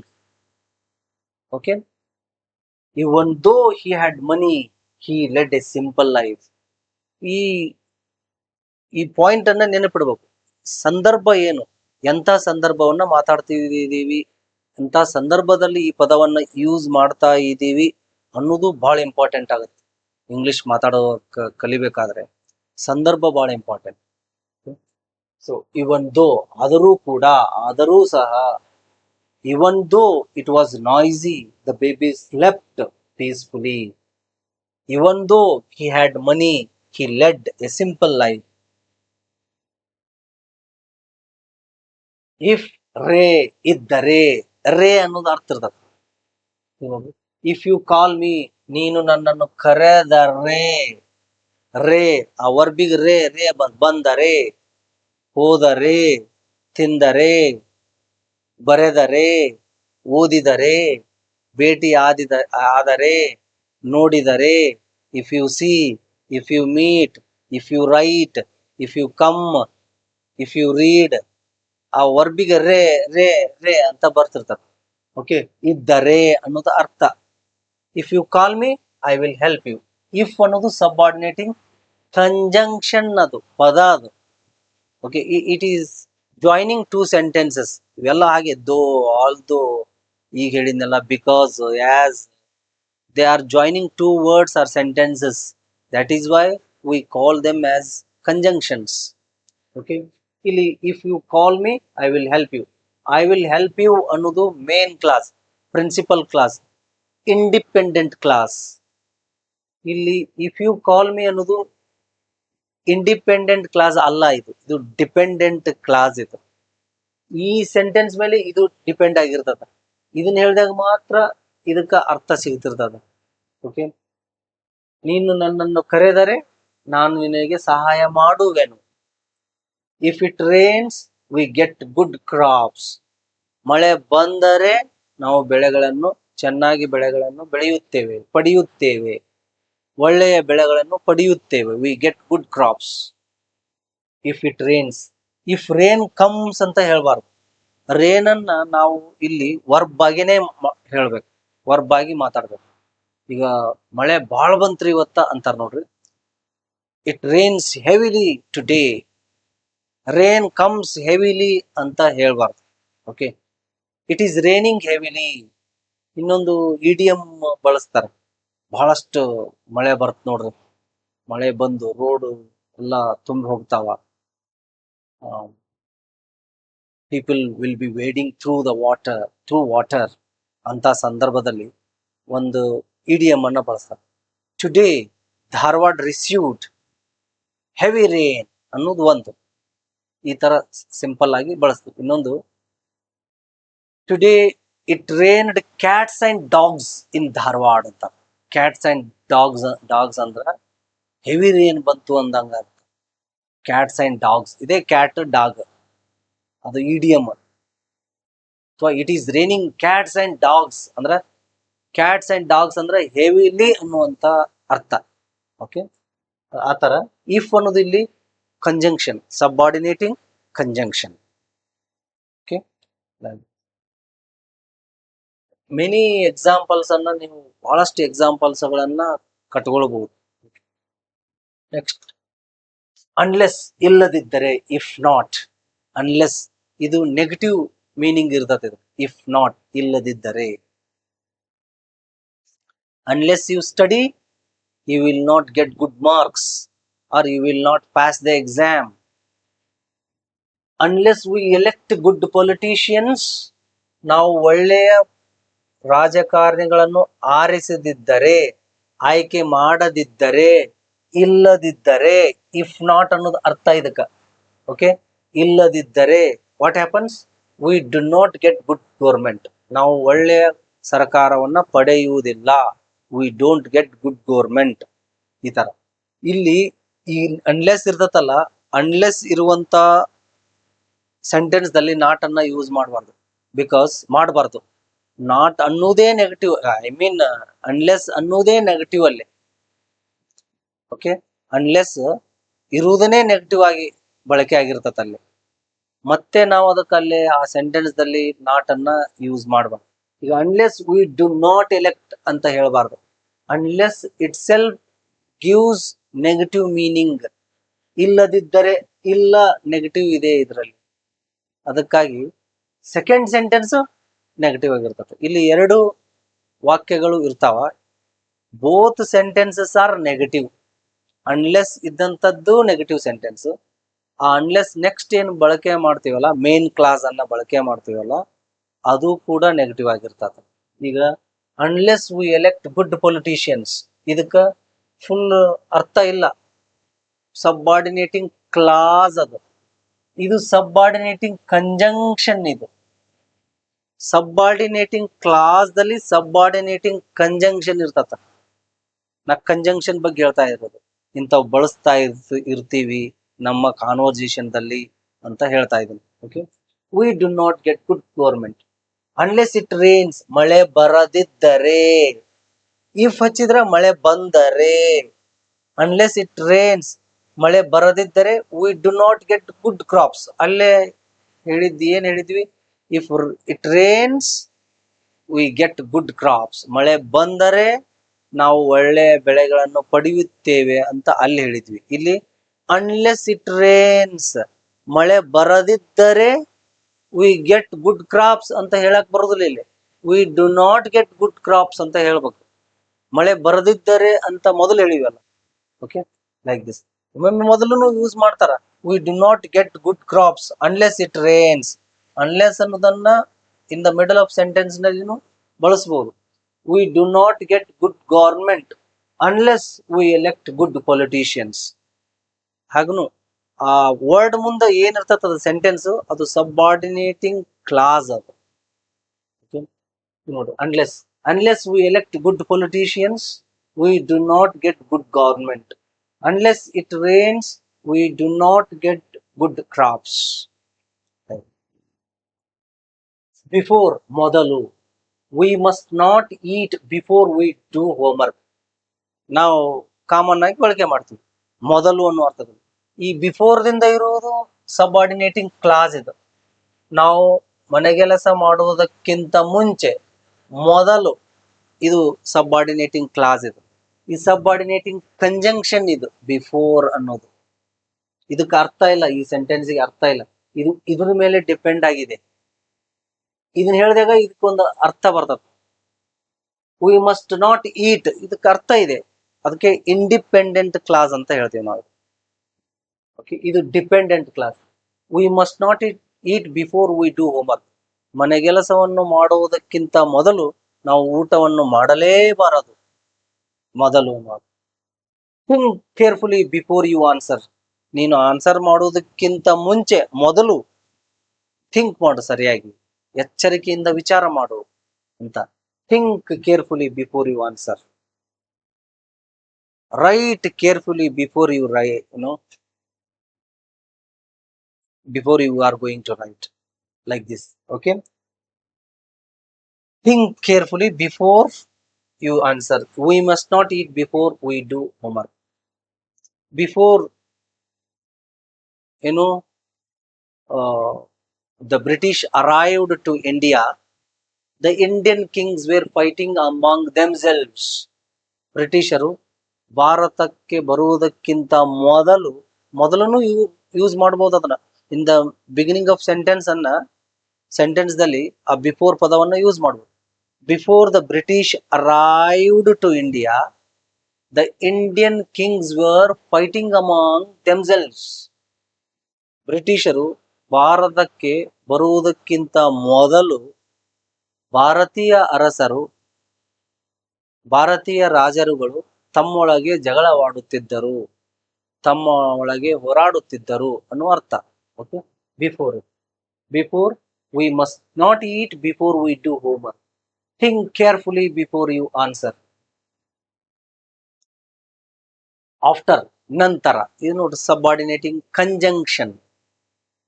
ಆಫ್ಟರ್ ಮುಂದೆ ಏನಿರ್ತತಲ್ಲ, ಆಫ್ಟರ್ ಮುಂದಿರ್ಲಿ, ದೋ ಮುಂದಿರ್ಲಿ, ಆಲ್ದೋ ಮುಂದಿರ್ಲಿ, ಅಥವಾ ಬಿಫೋರ್ ಮುಂದೆ ಇರ್ಲಿ, ಅವೆಲ್ಲ ಸಬಾರ್ಡಿನೇಟಿಂಗ್ ಕ್ಲಾಸಸ್ ಅವು. Okay, a word subordinating conjunction. We reached the station after the train had left. Train ಬಿಟ್ಟ ನಂತರ ನಾವು ಮನೆಯನ್ನು ತಲುಪಿದೆವು. After she finished dinner, she watched TV. ಆಕೆ ಡಿನ್ನರ್ ಮುಗಿಸಿದ ನಂತರ ಇದಕ್ಕೆ ಅರ್ಥ ಇಲ್ಲ ನೋಡ್ರಿ. ನಂತರ ಏನ್ ಮಾಡಿದ್ರು? She watched movie, she watched TV, like this. Okay, after, ನಂತರ ಪದವನ್ನ ಬಳಸ್ತಾ ಇರ್ತೇವೆ. We reached the station after the train left ಅಂದ್ರೂ ಓಕೆ, ಡೈರೆಕ್ಟ್ ಆಗಿ ನೀವು ಬರೆದ್ರು okay. After she finished dinner, she watched TV, like this. Until, ತನಕವರೆಗೆ. Until again ಅಲ್ಲಿ ಹೆಂಗ ಆಲ್ದೋ ಫಾರ್ಮಲ್ ಅಂದ್ವಿ, ಇಲ್ಲಿ ಅಂಟಿಲ್ ಫಾರ್ಮಲ್, ಟಿಲ್ ಇನ್ಫಾರ್ಮಲ್, ದೋ ಇನ್ಫಾರ್ಮಲ್, ಟಿಲ್ ಇನ್ಫಾರ್ಮಲ್. ದೋ ಅಂಟಿಲ್, ದೋ till, although until. Although until ಅನ್ನೋದು ಫಾರ್ಮಲ್ ಆಗಿ ಬಳಸ್ತೀವಿ, ದೋ ಟಿಲ್ ಅನ್ನೋದು ಇನ್ಫಾರ್ಮಲ್ ಆಗಿ ಬಳಸ್ತೀವಿ. ಅದಕ್ಕೆ ಜಸ್ಟ್ ಕಂಪ್ಯಾರಿಸನ್ ಮಾಡಿದ್ ನಾನು. ಅರ್ಥ ಒಂದೇ ಅಲ್ಲ. ತನಕವರೆಗೆ ಅನ್ನೋ ಅರ್ಥ ಇರ್ತದೆ. ಡು ನಾಟ್ ಲೀವ್ ಅಥವಾ don't leave until I return. ನಾನು ಬರುವ ತನಕ ಇದಕ್ಕ ಮೀನಿಂಗ್ ಇಲ್ಲಿ ನೋಡ್ರಿ. ಇದು ಸಬಾರ್ಡಿನೇಟಿಂಗ್ ಕ್ಲಾಸ್. ಇದು ನಾನು ಬರುವ ತನಕ. ನಾನು ಇಷ್ಟ ಹೇಳಿ ಸುಮ್ಮನೆ ಆದ್ನಂದ್ರ ಮುಂದೆ ಹೇಳ್ರಿ ಅಂತೀರಿ ನೀವು. ನಾನು ಬರುವ ತನಕ ಏನ್ ಮಾಡ್ಬೇಕು ಮುಂದ? ಇದಕ್ಕೆ ಅರ್ಥ ಇಲ್ಲ ಈ ಸೆಂಟೆನ್ಸಿಗೆ. ಅದಕ್ಕೆ ಇದಕ್ಕೆ ಡಿಪೆಂಡೆಂಟ್ ಕ್ಲಾಸ್ ಅಂತಾರೆ. ಇದಕ್ಕೆ ಆ ಕ್ಲಾಸಿನಲ್ಲಿ ಬಳಕೆ ಆಗುವಂತ ಪದ ಸಬಾರ್ಡಿನೇಟಿಂಗ್ ಕಂಜಂಕ್ಷನ್. ಅದು ಅಂಟಿಲ್, ಅದ್ರ ಮುಂದಿನ ಅಂಟಿಲ್ ಐ ರಿಟರ್ನ್, ಅದ್ರ ಮುಂದೆನೆ ಅಲ್ಲಿಂದನೇ ಚಲೋ ಆಗಿರ್ತದ. ಅದಕ್ಕೆ ಸಬಾರ್ಡಿನೇಟಿಂಗ್ ಕಂಜಂಕ್ಷನ್ ದಿಂದಲೇ ಸ್ಟಾರ್ಟ್ ಆಗಿರ್ತದೆ. ಸಬಾರ್ಡಿನೇಟಿಂಗ್ ಕಂಜಂಕ್ಷನ್ ಸಬಾರ್ಡಿನೇಟಿಂಗ್ ಕ್ಲಾಸ್ ದಲ್ಲೇನೆ ಇರ್ತದೆ. ನಾನು ಬರುವ ತನಕ ಬಿಡಬೇಡ, ನೀನು ಹೋಗ್ಬೇಡ ಅಂತ. They weighted until the gate was opened. ಇದನ್ನು ಹಾಗೇನೆ ಅಂಟಿಲ್ ಅನ್ನೋದು ಹೆಚ್ಚು ಬರವಣಿಗೆಯಲ್ಲಿ ಬಳಸ್ತಾರ, ಆಫಿಷಿಯಲ್ ಆಗಿ ಬಳಸ್ತಾರ, ಅಕಾಡೆಮಿಕ್ ರೈಟಿಂಗ್ ದಲ್ಲಿ ಬಳಸ್ತಾರ. They weighted until the gate was opened. Gate open ಆಗುವವರೆಗೂ ಅವರು ವೇಟ್ ಮಾಡಿದ್ರು, ಕಾದ್ರು ಅಂತ. ಓಕೆ, ಗೊತ್ತಾಯ್ತ್ರಿ? ಈ ಅರ್ಥದಲ್ಲಿ ಸೂಕ್ಷ್ಮವಾಗಿ ನೀವು ಮುಂದೆ ಹೋದಂಗೆಲ್ಲ, ಆ ಲ್ಯಾಂಗ್ವೇಜ್ ದಲ್ಲಿ ಪಳಗದಂಗೆಲ್ಲ ಗೊತ್ತಾಗ್ತಾ ಹೋಗ್ತದೆ. ಯಾವಾಗ ಅಂಟಿಲ್ ಯೂಸ್ ಮಾಡ್ಬೇಕು, ಯಾವಾಗ ಟಿಲ್ ಯೂಸ್ ಮಾಡ್ಬೇಕು ಅನ್ನೋದು ಸಹಜವಾಗಿ ನಿಮ್ಮ ಒಂದು ಮಾತಾಡುವಾಗ ಬಂದೇ ಬರ್ತದೆ. ಹೇಳೇ ಬಿಡ್ತೀರಿ ಕರೆಕ್ಟ್ ಆಗಿ.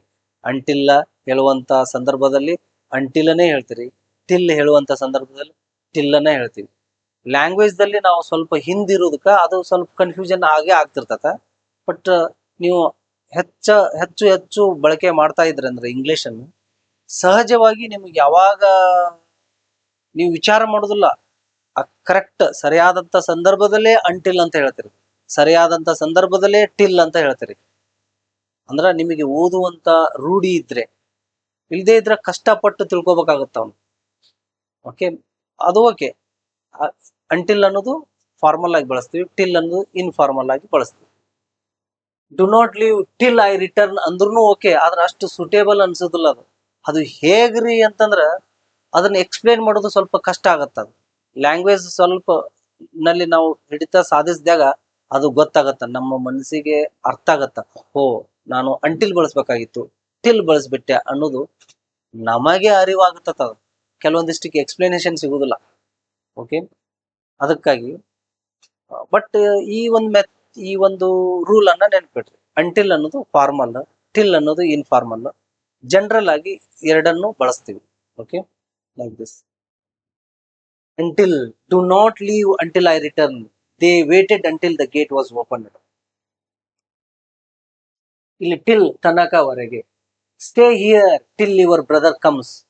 Until your brother comes okay, ನಿನ್ನ ಸಹೋದರ ಬರುವವರೆಗೂ ಇಲ್ಲೇ ಸ್ಟೇ ಆಗು. The workers continued till sunset. Sunset ವರೆಗೂ ವರ್ಕರ್ಸ್ ಕಂಟಿನ್ಯೂ ಮಾಡಿದ್ರು ವರ್ಕ್ ಮಾಡಕ. ಆತರ stay here till your brother comes. The workers continued working till sunset. Continued ಅಂತ ಮುಂದೆ ವರ್ಕಿಂಗ್ ಅಂತಾನು ಬರಿಬಹುದು.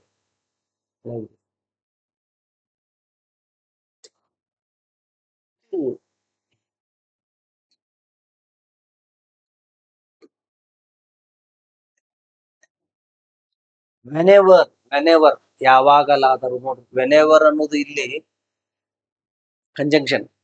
ವೆನೆವರ್ ಯಾವಾಗಲಾದರೂ ಅನ್ನೋ ಅರ್ಥ ಇರ್ತತಿ ಇದಕ್ಕ. ಆ ಪದವನ್ನ ಕನ್ನಡದಲ್ಲಿ ಬಳಸ್ತಾ ಇರ್ತೀರಿ, ಅವಾಗ ನೀವು ಇದನ್ನ ಬಳಸ್ಬೇಕು.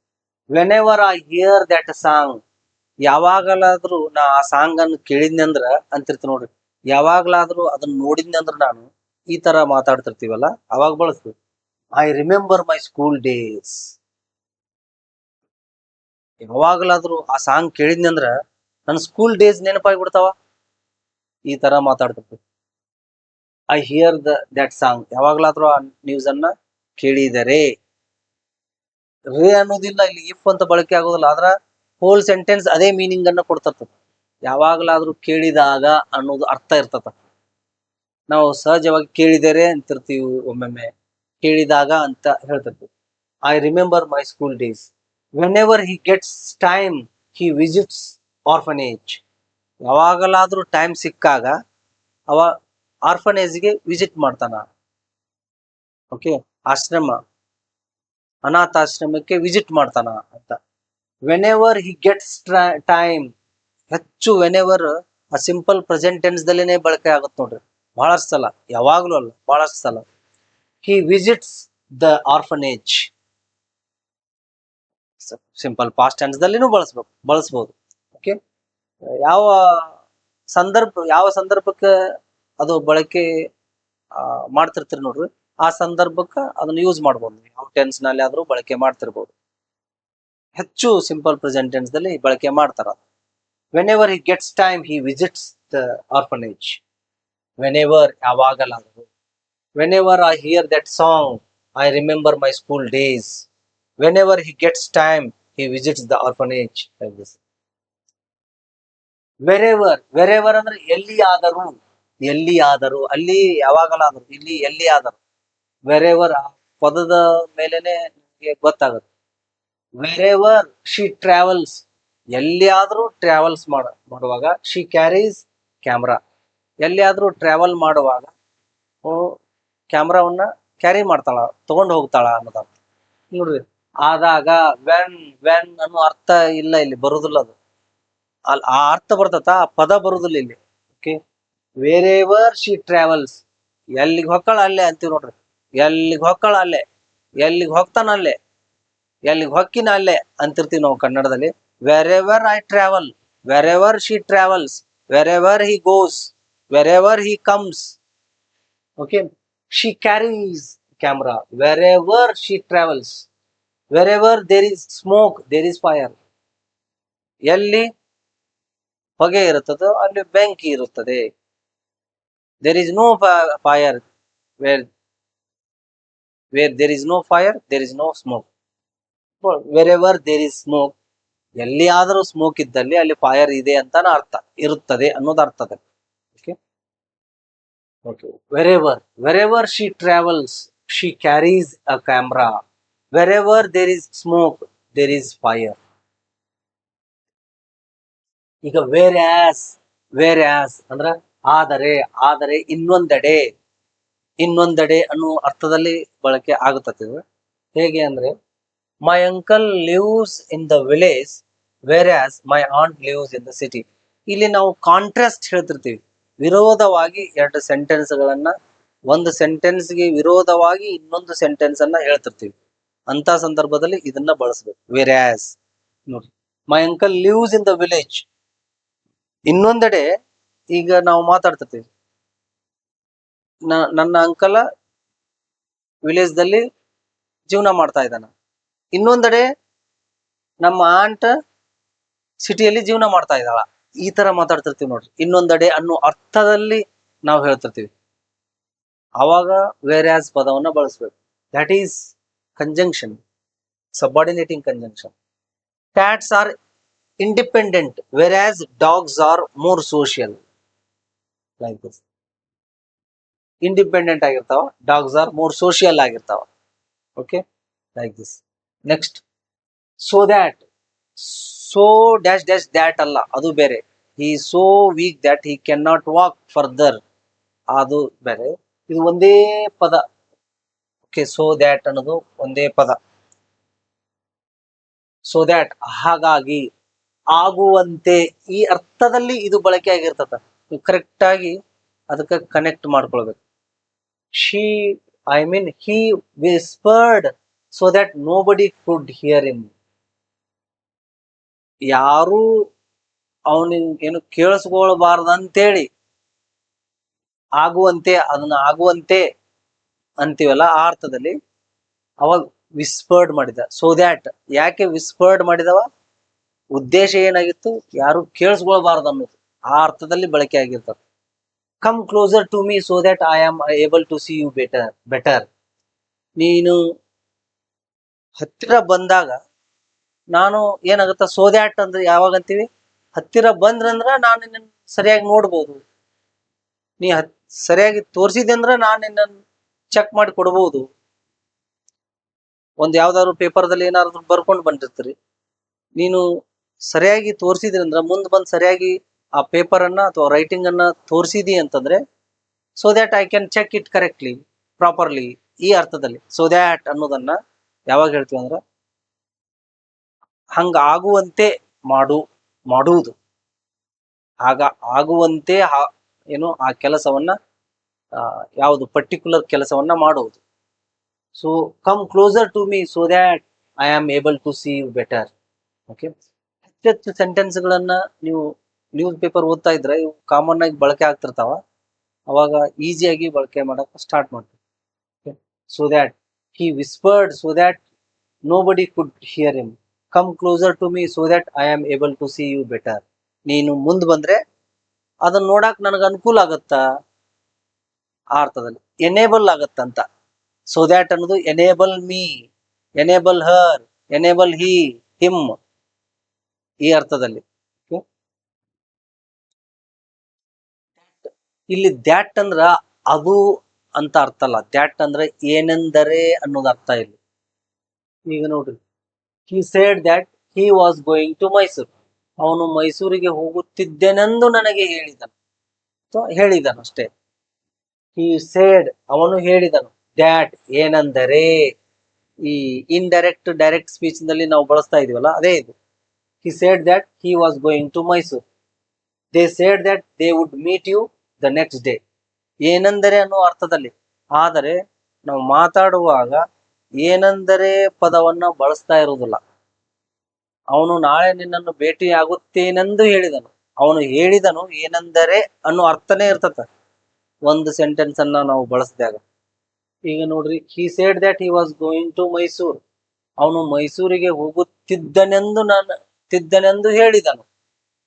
ಅವನು ಹೇಳಿದನು ಏನೆಂದರೆ ಅನ್ನೋ ಅರ್ಥನೇ ನಾವು ಒಂದು ಸೆಂಟೆನ್ಸ್ ಅನ್ನಾಗಿ ಹೇಳ್ತೀವಿ. ಅದನ್ನ ಹೆಂಗ್ ಹೇಳ್ತೀವಿ? ಅವನು ಮೈಸೂರಿಗೆ ಹೋಗುತ್ತಿದ್ದೇನೆಂದು ಹೇಳಿದನು. ಹೋಗುತ್ತಿದ್ದೆನೆಂದು ಹೇಳಿದನು. ವಾಸ್ ಇದೆ ಅಲ್ಲ, ಹೋಗುತ್ತಿದ್ದೆನೆಂದು ಹೇಳಿದನು. They said they wood.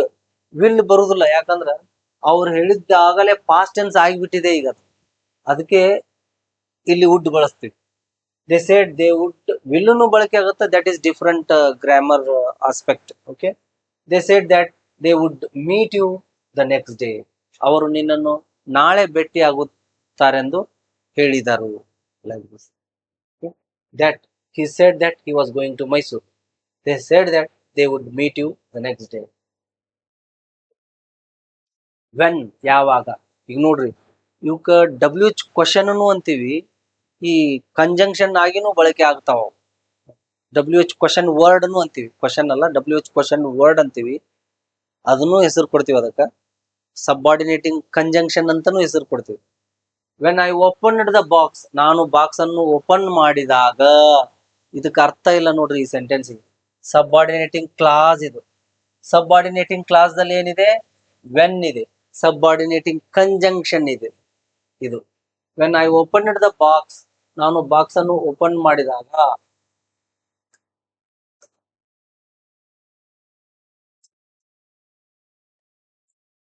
ನಾನು ಡಬ್ಬಿಯನ್ನು, ಪೆಟ್ಟಿಗೆಯನ್ನು ಓಪನ್ ಮಾಡಿದಾಗ.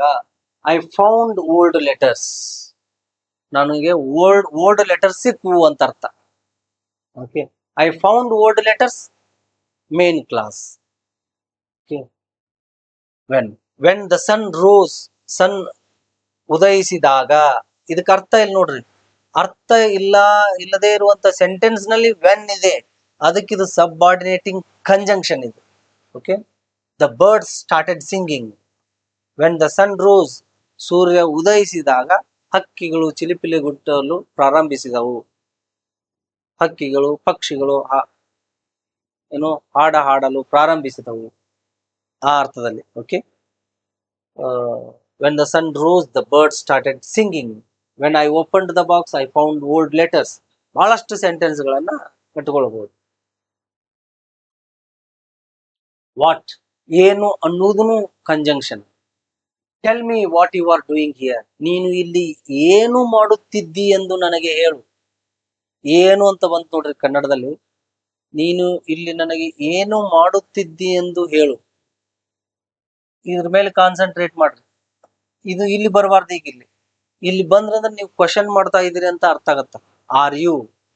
ಯಾವಾಗ್ಲೂ ಕ್ವಶನ್ ವರ್ಡ್ ಮುಂದ ಹೆಲ್ಪಿಂಗ್ ವರ್ಬ್ ಬಂದ್ರ ಅಲ್ಲಿ ಕ್ವಶನ್ ಮಾರ್ಕ್ ಬರ್ತದ ಅಲ್ಲಿ. ಓಕೆ. ಇದು ಕ್ವಶನ್ ಕೇಳ್ತಾ ಇಲ್ಲ, ಒಂದು ಸೆಂಟೆನ್ಸ್ ಈಗ ಅದು. Okay. Tell me what you are doing here. Tell me what are you doing here ಅಂತ ಹೇಳ್ಬಾರ್ದು. Okay. I know what he wants. I know what does he want ಅಲ್ಲ. I know what he wants. ಅವಾಗ ಏನು ಗೊತ್ತಿದೆ, ಏನು ನೋಡ್ರಿ ಹೇಳ್ತಾ ಇದ್ವಿ, ಆ ಪದವನ್ನ ಬಳಸ್ತಾ ಇದ್ವಿ. ಅವನಿಗೆ ಏನು ಗೊತ್ತಿದೆ ಎಂದು, ಅವನಿಗೆ ಏನು ಬೇಕು ಎಂದು, ಅವನು ಏನು ಬಯಸಿದ್ದಾನೆಂದು ನನಗೆ ಗೊತ್ತು. I know what he wants. ಅವನಿಗೆ ಏನು ಬೇಕು ಎಂದು ನನಗೆ ಗೊತ್ತು. I know what he likes. I know what he does. ಏನ್ ಮಾಡುತ್ತಾನೆಂದು ನನಗೆ ಗೊತ್ತು. I don't no what he wants. ಅವನಿಗೆ ಏನು ಬೇಕೆಂದು ನನಗೆ ಗೊತ್ತಿಲ್ಲ. ನೆಗೆಟಿವ್ನು ಹೇಳ್ಬಹುದು ನೀವು ಇದನ್ನ, ಅಫರ್ಮೇಟಿವ್ ದಲ್ಲಿನೂ ಹೇಳ್ಬಹುದು. ಓಕೆ. ಸೊ ಅದಕ್ಕ ವಾಟ್ ಹಿ ವಾಂಟ್ಸ್, ಅವನಿಗೆ ಏನು ಬೇಕು, ಇದಕ್ಕ ಮೀನಿಂಗ್ ಇಲ್ಲಿ ನೋಡ್ರಿ. ಐ ನೋ ಅನ್ನೋದಕ್ಕೆ ಮೀನಿಂಗ್ ಇದೆ. ಓಕೆ. ಐ ನೋ ಅನ್ನೋದಕ್ಕೆ ಮೀನಿಂಗ್ ಇದೆ, simple present tense full meaning ಕೊಡ್ತಾ ಇದೆ. ಅವನಿಗೆ ಏನು ಬೇಕೆಂಬುದು ಇದಕ್ಕೆ ಮೀನಿಂಗ್ ಇಲ್ಲ, ಕಟ್ ಆಗತ್ತೆ ಸೆಂಟೆನ್ಸ್, ಇದ್ರ ಮೇಲೆ ಡಿಪೆಂಡ್ ಆಗುತ್ತೆ. ಅದಕ್ಕೆ ವಾಟ್, ಇದು ಸಬ್ಆರ್ಡಿನೇಟಿಂಗ್ ಕ್ಲಾಸ್, ಸಬ್ಆರ್ಡಿನೇಟಿಂಗ್ ಕ್ಲಾಸ್ ದಲ್ಲಿ ವಾಟ್ ಇದೆ, ಅದಕ್ಕೆ ಸಬ್ಆರ್ಡಿನೇಟಿಂಗ್ ಕಂಜಂಕ್ಷನ್ ಇದೆ. Tell me what you are doing, ಏನು ಮಾಡುತ್ತಿದ್ದಿ, ಇಲ್ಲಿ ಏನು ಮಾಡುತ್ತಿದ್ದಿ ಎಂದು ನನಗೆ ಹೇಳು. ಟೆಲ್ ಮೀ ಅನ್ನೋದು ಇಂಪೆರೇಟಿವ್ ಸೆಂಟೆನ್ಸ್, ಫುಲ್ ಮೀನಿಂಗ್ ಕೊಡ್ತಾ ಇದೆ. ಮೇನ್ ಕ್ಲಾಸ್, ಇಂಡಿಪೆಂಡೆಂಟ್ ಕ್ಲಾಸ್, ಇದು ಇದ್ರ ಮೇಲೆ ಡಿಪೆಂಡ್ ಆಗಿದೆ. ನೀನು ಇಲ್ಲಿ ಏನು ಮಾಡುತ್ತಿದ್ದಿ ಎಂದು stop, no meaning at all. ನನಗೆ ಹೇಳು, ಅವಾಗ ಮೀನಿಂಗ್ ಬರ್ತದೆ ಅದಕ್ಕೆ. Okay, like this. What, how, ಹೇಗೆ, ಇದು ಕೂಡ subordinating clause. Teach me how English has to be learned, ಇದು ಪ್ಯಾಸಿವ್ ವಾಯ್ಸ್ ನಲ್ಲಿ ಇದೆ. ಇಂಗ್ಲಿಷ್ ಹೇಗೆ ಕಲಿಯಬೇಕೆಂಬುದನ್ನು ನನಗೆ ಬೋಧಿಸು, ನನಗೆ ಹೇಳು. ನೋಡ್ರಿ, how English has to be learned subordinating clause ಇದೆ. ಸಬ್ಆರ್ಡಿನೇಟಿಂಗ್ ಕ್ಲಾಸ್ ದಲ್ಲಿ ಇದು ಇದೆ. ಇಂಗ್ಲಿಷ್ ಅನ್ನು ಹೇಗೆ ಕಲಿಯಬೇಕೆಂಬುದನ್ನು ಸ್ಟಾಪ್, ಅರ್ಥ ಇಲ್ಲ ಈಗ ಇದು, ಮುಂದೆ ಹೇಳ್ರಿ ಅಂತೀರಿ ನೀವೀಗ. ನನಗೆ ಹೇಳು, ಅವಾಗ ಅರ್ಥ ಬಂತು. ನನಗೆ ಬೋಧಿಸು, teach me how English has to be learned. I know how he solved the problem, ಅವ ಸಮಸ್ಯೆಯನ್ನು ಹೇಗೆ ಬಿಡಿಸಿದನು ಎಂದು ನನಗೆ ಗೊತ್ತು.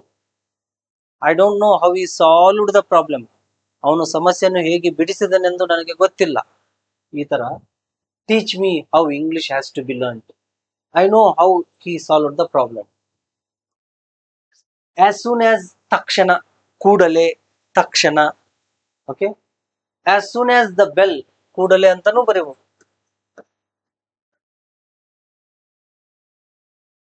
As soon as the bell rang, ಹೆಚ್ಚು simple present tense, past tense ದಲ್ಲಿ ಬಳಕೆ ಆಗಿರ್ತದೆ. ಆಸ್ ಸೂನ್ ಆಸ್ ಅನ್ನೋದು ಇದು ತಕ್ಷಣ, ಬೆಲ್ ಬಾರಿಸಿದ ತಕ್ಷಣ, ಬೆಲ್ ಬಾರಿಸಿದ ತಕ್ಷಣ. As soon as the teacher entered the class, ಶಿಕ್ಷಕರು ಕ್ಲಾಸಿಗೆ ಪ್ರವೇಶಿಸಿದ ತಕ್ಷಣ. As soon as I came, ನಾನು ಬಂದ ತಕ್ಷಣ. As soon as I wrote, ನಾನು ಬರೆದ ತಕ್ಷಣ. ತಕ್ಷಣ, ಕೂಡಲೇ ಅನ್ನೋದು ಅರ್ಥ ಇರ್ತದೆ. ಮುಂದೆ ಒಂದು ಸೆಂಟೆನ್ಸ್ ಬಳಕೆ ಮಾಡೋದು. The student left the class, bell ಬಾರಿಸಿದ ತಕ್ಷಣ ವಿದ್ಯಾರ್ಥಿಗಳು ವರ್ಗವನ್ನು ಬಿಟ್ಟು ಹೋದರು.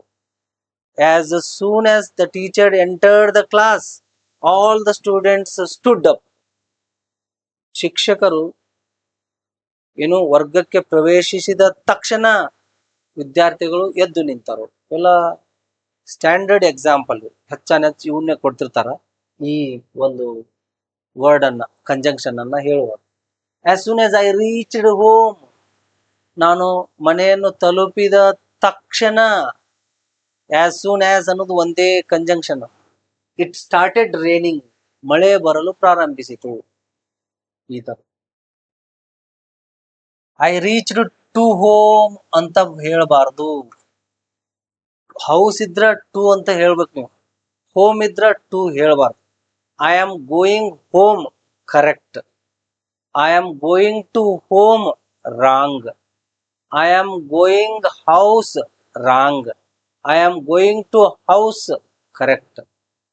ಓಕೆ, ನೀವು ಹೌಸ್ ಇದ್ದಾಗ ಟು ಅನ್ನ ಬಳಕೆ ಮಾಡಬಹುದು, ಹೋಮ್ ಇದ್ದಾಗ ಟು ಬಳಕೆ ಮಾಡಬಾರ್ದು. I am going to home ಅಂತ ಹೇಳ್ಬಾರ್ದು. I am going home, he is going home, she is going home, they are going home, they are going to house correct. House ಇದ್ದಲ್ಲೇ to ಬಳಕೆ ಮಾಡಬಹುದು. Okay, ಯಾಕಂದ್ರೆ home to ಅನ್ನ ತಗೊಳ್ಳೋದಿಲ್ಲ, it does not take, to is not or home does not take to ಆ ಅರ್ಥದಲ್ಲಿ. ಗಿಂತ, ಕಿಂತ ಅನ್ನೋ ಪದ ಯೂಸ್ ಮಾಡ್ತೀವಲ್ಲ, ಅವನಿಗಿಂತ, ಅವಳಿಗಿಂತ, ಅವನಿಗಿಂತ ಅವಳು ಎತ್ತರವಾಗಿದ್ದಾಳೆ. ಲೈಕ್ ಇಲ್ಲಿ ಗಿಂತ. She writes faster then I do, ಇಲ್ಲಿ ಐ ರೈಟ್ ಅಂತ ಬರೀಬಾರ್ದು, ಐ ಡೂ ಅಂದ್ರ ಇಲ್ಲಿ ಶಿ ರೈಟ್ಸ್ ಅನ್ನೋದು ಆಕೆ ಮಾಡುವಂತ ಕೆಲಸ, ಅದು ಮಾಡುವಂತ ಕೆಲಸ. What she does, she writes. ಅದಕ್ಕೆ ಇಲ್ಲಿ ಸೆಕೆಂಡ್ ಸೆಂಟೆನ್ಸ್ ದಲ್ಲಿ ಡೂ ಅನ್ನ ಬಳಕೆ ಮಾಡ್ಬೇಕು. She writes faster then I do, I right ಅನ್ನೋ ಅರ್ಥದಲ್ಲಿ ಐ ಡೂ ಬಳಕೆ ಮಾಡಿ. ದ್ಯಾನ್ ಐ ಡೂ, ನಾನು ಬರೆಯುವುದಕ್ಕಿಂತ, ಗಿಂತ ಅಥವಾ ಕಿಂತ ಏನು ಯಾವ್ದು ವರ್ಡ್ ಸುಟೇಬಲ್ ಆಗಿ ಬರುತ್ತದೆ ಅಲ್ಲಿ ಆ ವರ್ಡ್ ಅನ್ನ ಬಳಕೆ ಮಾಡಿ. This puzzle is easier than previous one was. ಇಲ್ಲಿಂದ ಇಲ್ಲಿವರೆಗೆ ಮೀನಿಂಗ್ ಇಲ್ಲಿದೆ. ಲೈಕ್ ದ್ಯಾನ್, ಇದು ದೆನ್ ಅಲ್ಲ, ಇದು ದೆನ್, ಈ ದೆನ್ ಅಲ್ಲ, ಇದು ಬೇರೆ. ದೆನ್ ಅಂದ್ರೆ ನಂತರ, ಇದು ಆ ಅರ್ಥದಲ್ಲಿ. ಈಗ ನಾ ಹೇಳ್ತಾ ಇರೋದು ದ್ಯಾನ್, ದೆನ್ ಬೇರೆ, ದ್ಯಾನ್ ಬೇರೆ. ದ್ಯಾನ್ ಗಿಂತ, ಕಿಂತ. ಡಿಗ್ರೀಸ್ ಆಫ್ ಕಂಪ್ಯಾರಿಸನ್ ದಲ್ಲಿ, ಕಂಪ್ಯಾರಿಸನ್ ಆಫ್ ಎಡ್ಜೆಕ್ಟಿವ್ಸ್ ದಲ್ಲಿ ನಾವು ಬಳಕೆ ಮಾಡ್ತಾ ಇದ್ವಿ. Next one even if. ನೋಡ್ರಿ, ಇವನ್ ದೋ ಅಂತ ಬಳಕೆ ಮಾಡಿದೀವಿ ನಾವು ಆಗಲೇ. ಅದ್ರ ಹಾಗೇನೆ ಇದು ಇವನ್ ಇಫ್ ಅನ್ನೋದು ಹೆಚ್ಚು ಫೋರ್ಸಿಬಲ್ ಆಗಿ ಎಂಪಸೈಸ್ ಮಾಡಿ ಹೇಳ್ತಿರ್ತೀವಿ. ಇವನ್ ಇಫ್, ಆದರೂ ಸಹ, ಇದ್ದರೂ ಸಹ. ಇವನ್ ಇಫ್ ಯು ರೆಫ್ಯೂಸ್, ನೀನು ರೆಫ್ಯೂಸ್ ಮಾಡಿದ್ರೂ, ನೀ ಒಲ್ಲೆ ಅಂದ್ರೂ ನಾ ಬಿಡುದಿಲ್ಲ ಅಂತಾರ ನೋಡ್ರಿ. ನೀ ಮನಿಗ್ ಬರುದಿಲ್ಲ ಅಂದ್ರೂ ನಾ ಬಿಡುದಿಲ್ಲ ಅಂತಾರ ನೋಡ್ರಿ. ಓಕೆ, ಹೀಗೆ ಇವನ್ ಇಫ್ ಯು ರೆಫ್ಯೂಸ್, ನೀನು ತಿರಸ್ಕರಿಸಿದರೂ, I will continue the project, ನಾನು ಪ್ರಾಜೆಕ್ಟ್ ಅನ್ನು ಕಂಟಿನ್ಯೂ ಮಾಡ್ತೇನೆ. ನೀ ಮನೆಗೆ ಬರಾಕ್ ಒಲ್ಲೆ ಅಂದ್ರೂ ನಾ ಬಿಡುದಿಲ್ಲ. Even if you refuse to come home, I will not leave you, ಆ ಅರ್ಥದಲ್ಲಿ. Okay, even if the phone is expensive, phone ಬಹಳ ಎಕ್ಸ್ಪೆನ್ಸಿವ್ ಆಗಿ ಇದ್ರೂ, ನೋಡ್ರಿ, ಇದ್ರೂ, ಆದ್ರೂ ಸಹ, ಇದ್ದರೂ ಸಹ, ಇಲ್ಲಿ ಗ್ರಾಮ್ಯಾಟಿಕಲ್ ಆಗಿ ಬರ್ದಿರ್ತೀವಿ, ಅಲ್ಲಿ ಮಾತಾಡುವಾಗ ವರ್ಡ್ ಚೇಂಜ್ ಆಗ್ತಿರ್ತಾವ. ಓಕೆ, ಅದನ್ನ ನೀವು ಸ್ವಲ್ಪ ನೋಡ್ಕೊಳ್ಬೇಕು. ಇಲ್ಲದೆ ಇದ್ರೆ ಅಲ್ಲಿ ಬರ್ದಿದ್ದೊಂದು, ಇಲ್ಲಿ ಮಾತಾಡೋದು ಅಂತ ಅರ್ಥ ಮಾಡ್ಕೊಳ್ತೀರಿ ನೀವು. ನೋಡ್ಬೇಕು, ಇವನ್ ಇಫ್ ಇಲ್ಲಿ ಫೋರ್ಸಿಬಲ್ ಆಗಿ, ಅಥವಾ V are emphasising. Even if ಅನ್ನೋದು ಒಂದೇ ಸೆಂಟೆನ್ಸ್, ಅದು ಇವನ್ ದೋ ಅನ್ನೋದು ಒಂದೇ ಸೆಂಟೆನ್ಸ್, ಅದು ಆದಾಗ್ಯೂ ಅನ್ನೋ ಅರ್ಥದಲ್ಲಿ ಬಳಕೆ ಆಗಿರ್ತದೆ. ಇವನ್ if the phone is expensive, many people will buy it. Phone expensive ಆಗಿದ್ರೂ, ಅಷ್ಟು ಎಕ್ಸ್ಪೆನ್ಸಿವ್ ಆಗೈತ್ಲಿ ಅದು, ಆದ್ರೂ ಬಹಳ ಜನ ತಗೊಳ್ತಾರ ಅದನ್ನ. ಈ ತರ ಮಾತಾಡ್ತಿರ್ತೀವಿ ನಾವು ಕನ್ನಡದಲ್ಲಿ. ಆದ್ರೆ ಅದು ಇಂಗ್ಲಿಷ್ ನಲ್ಲಿ ಒಂದೇ ಸೆಂಟೆನ್ಸ್ ಅನ್ನಾಗಿ ಕನ್ವರ್ಟ್ ಮಾಡ್ಬೋದು ನಾವು. ಅಥವಾ ಕನ್ವರ್ಟ್ ಮಾಡೋದಂದ್ರೇನು, ಮಾತಾಡಬಹುದು.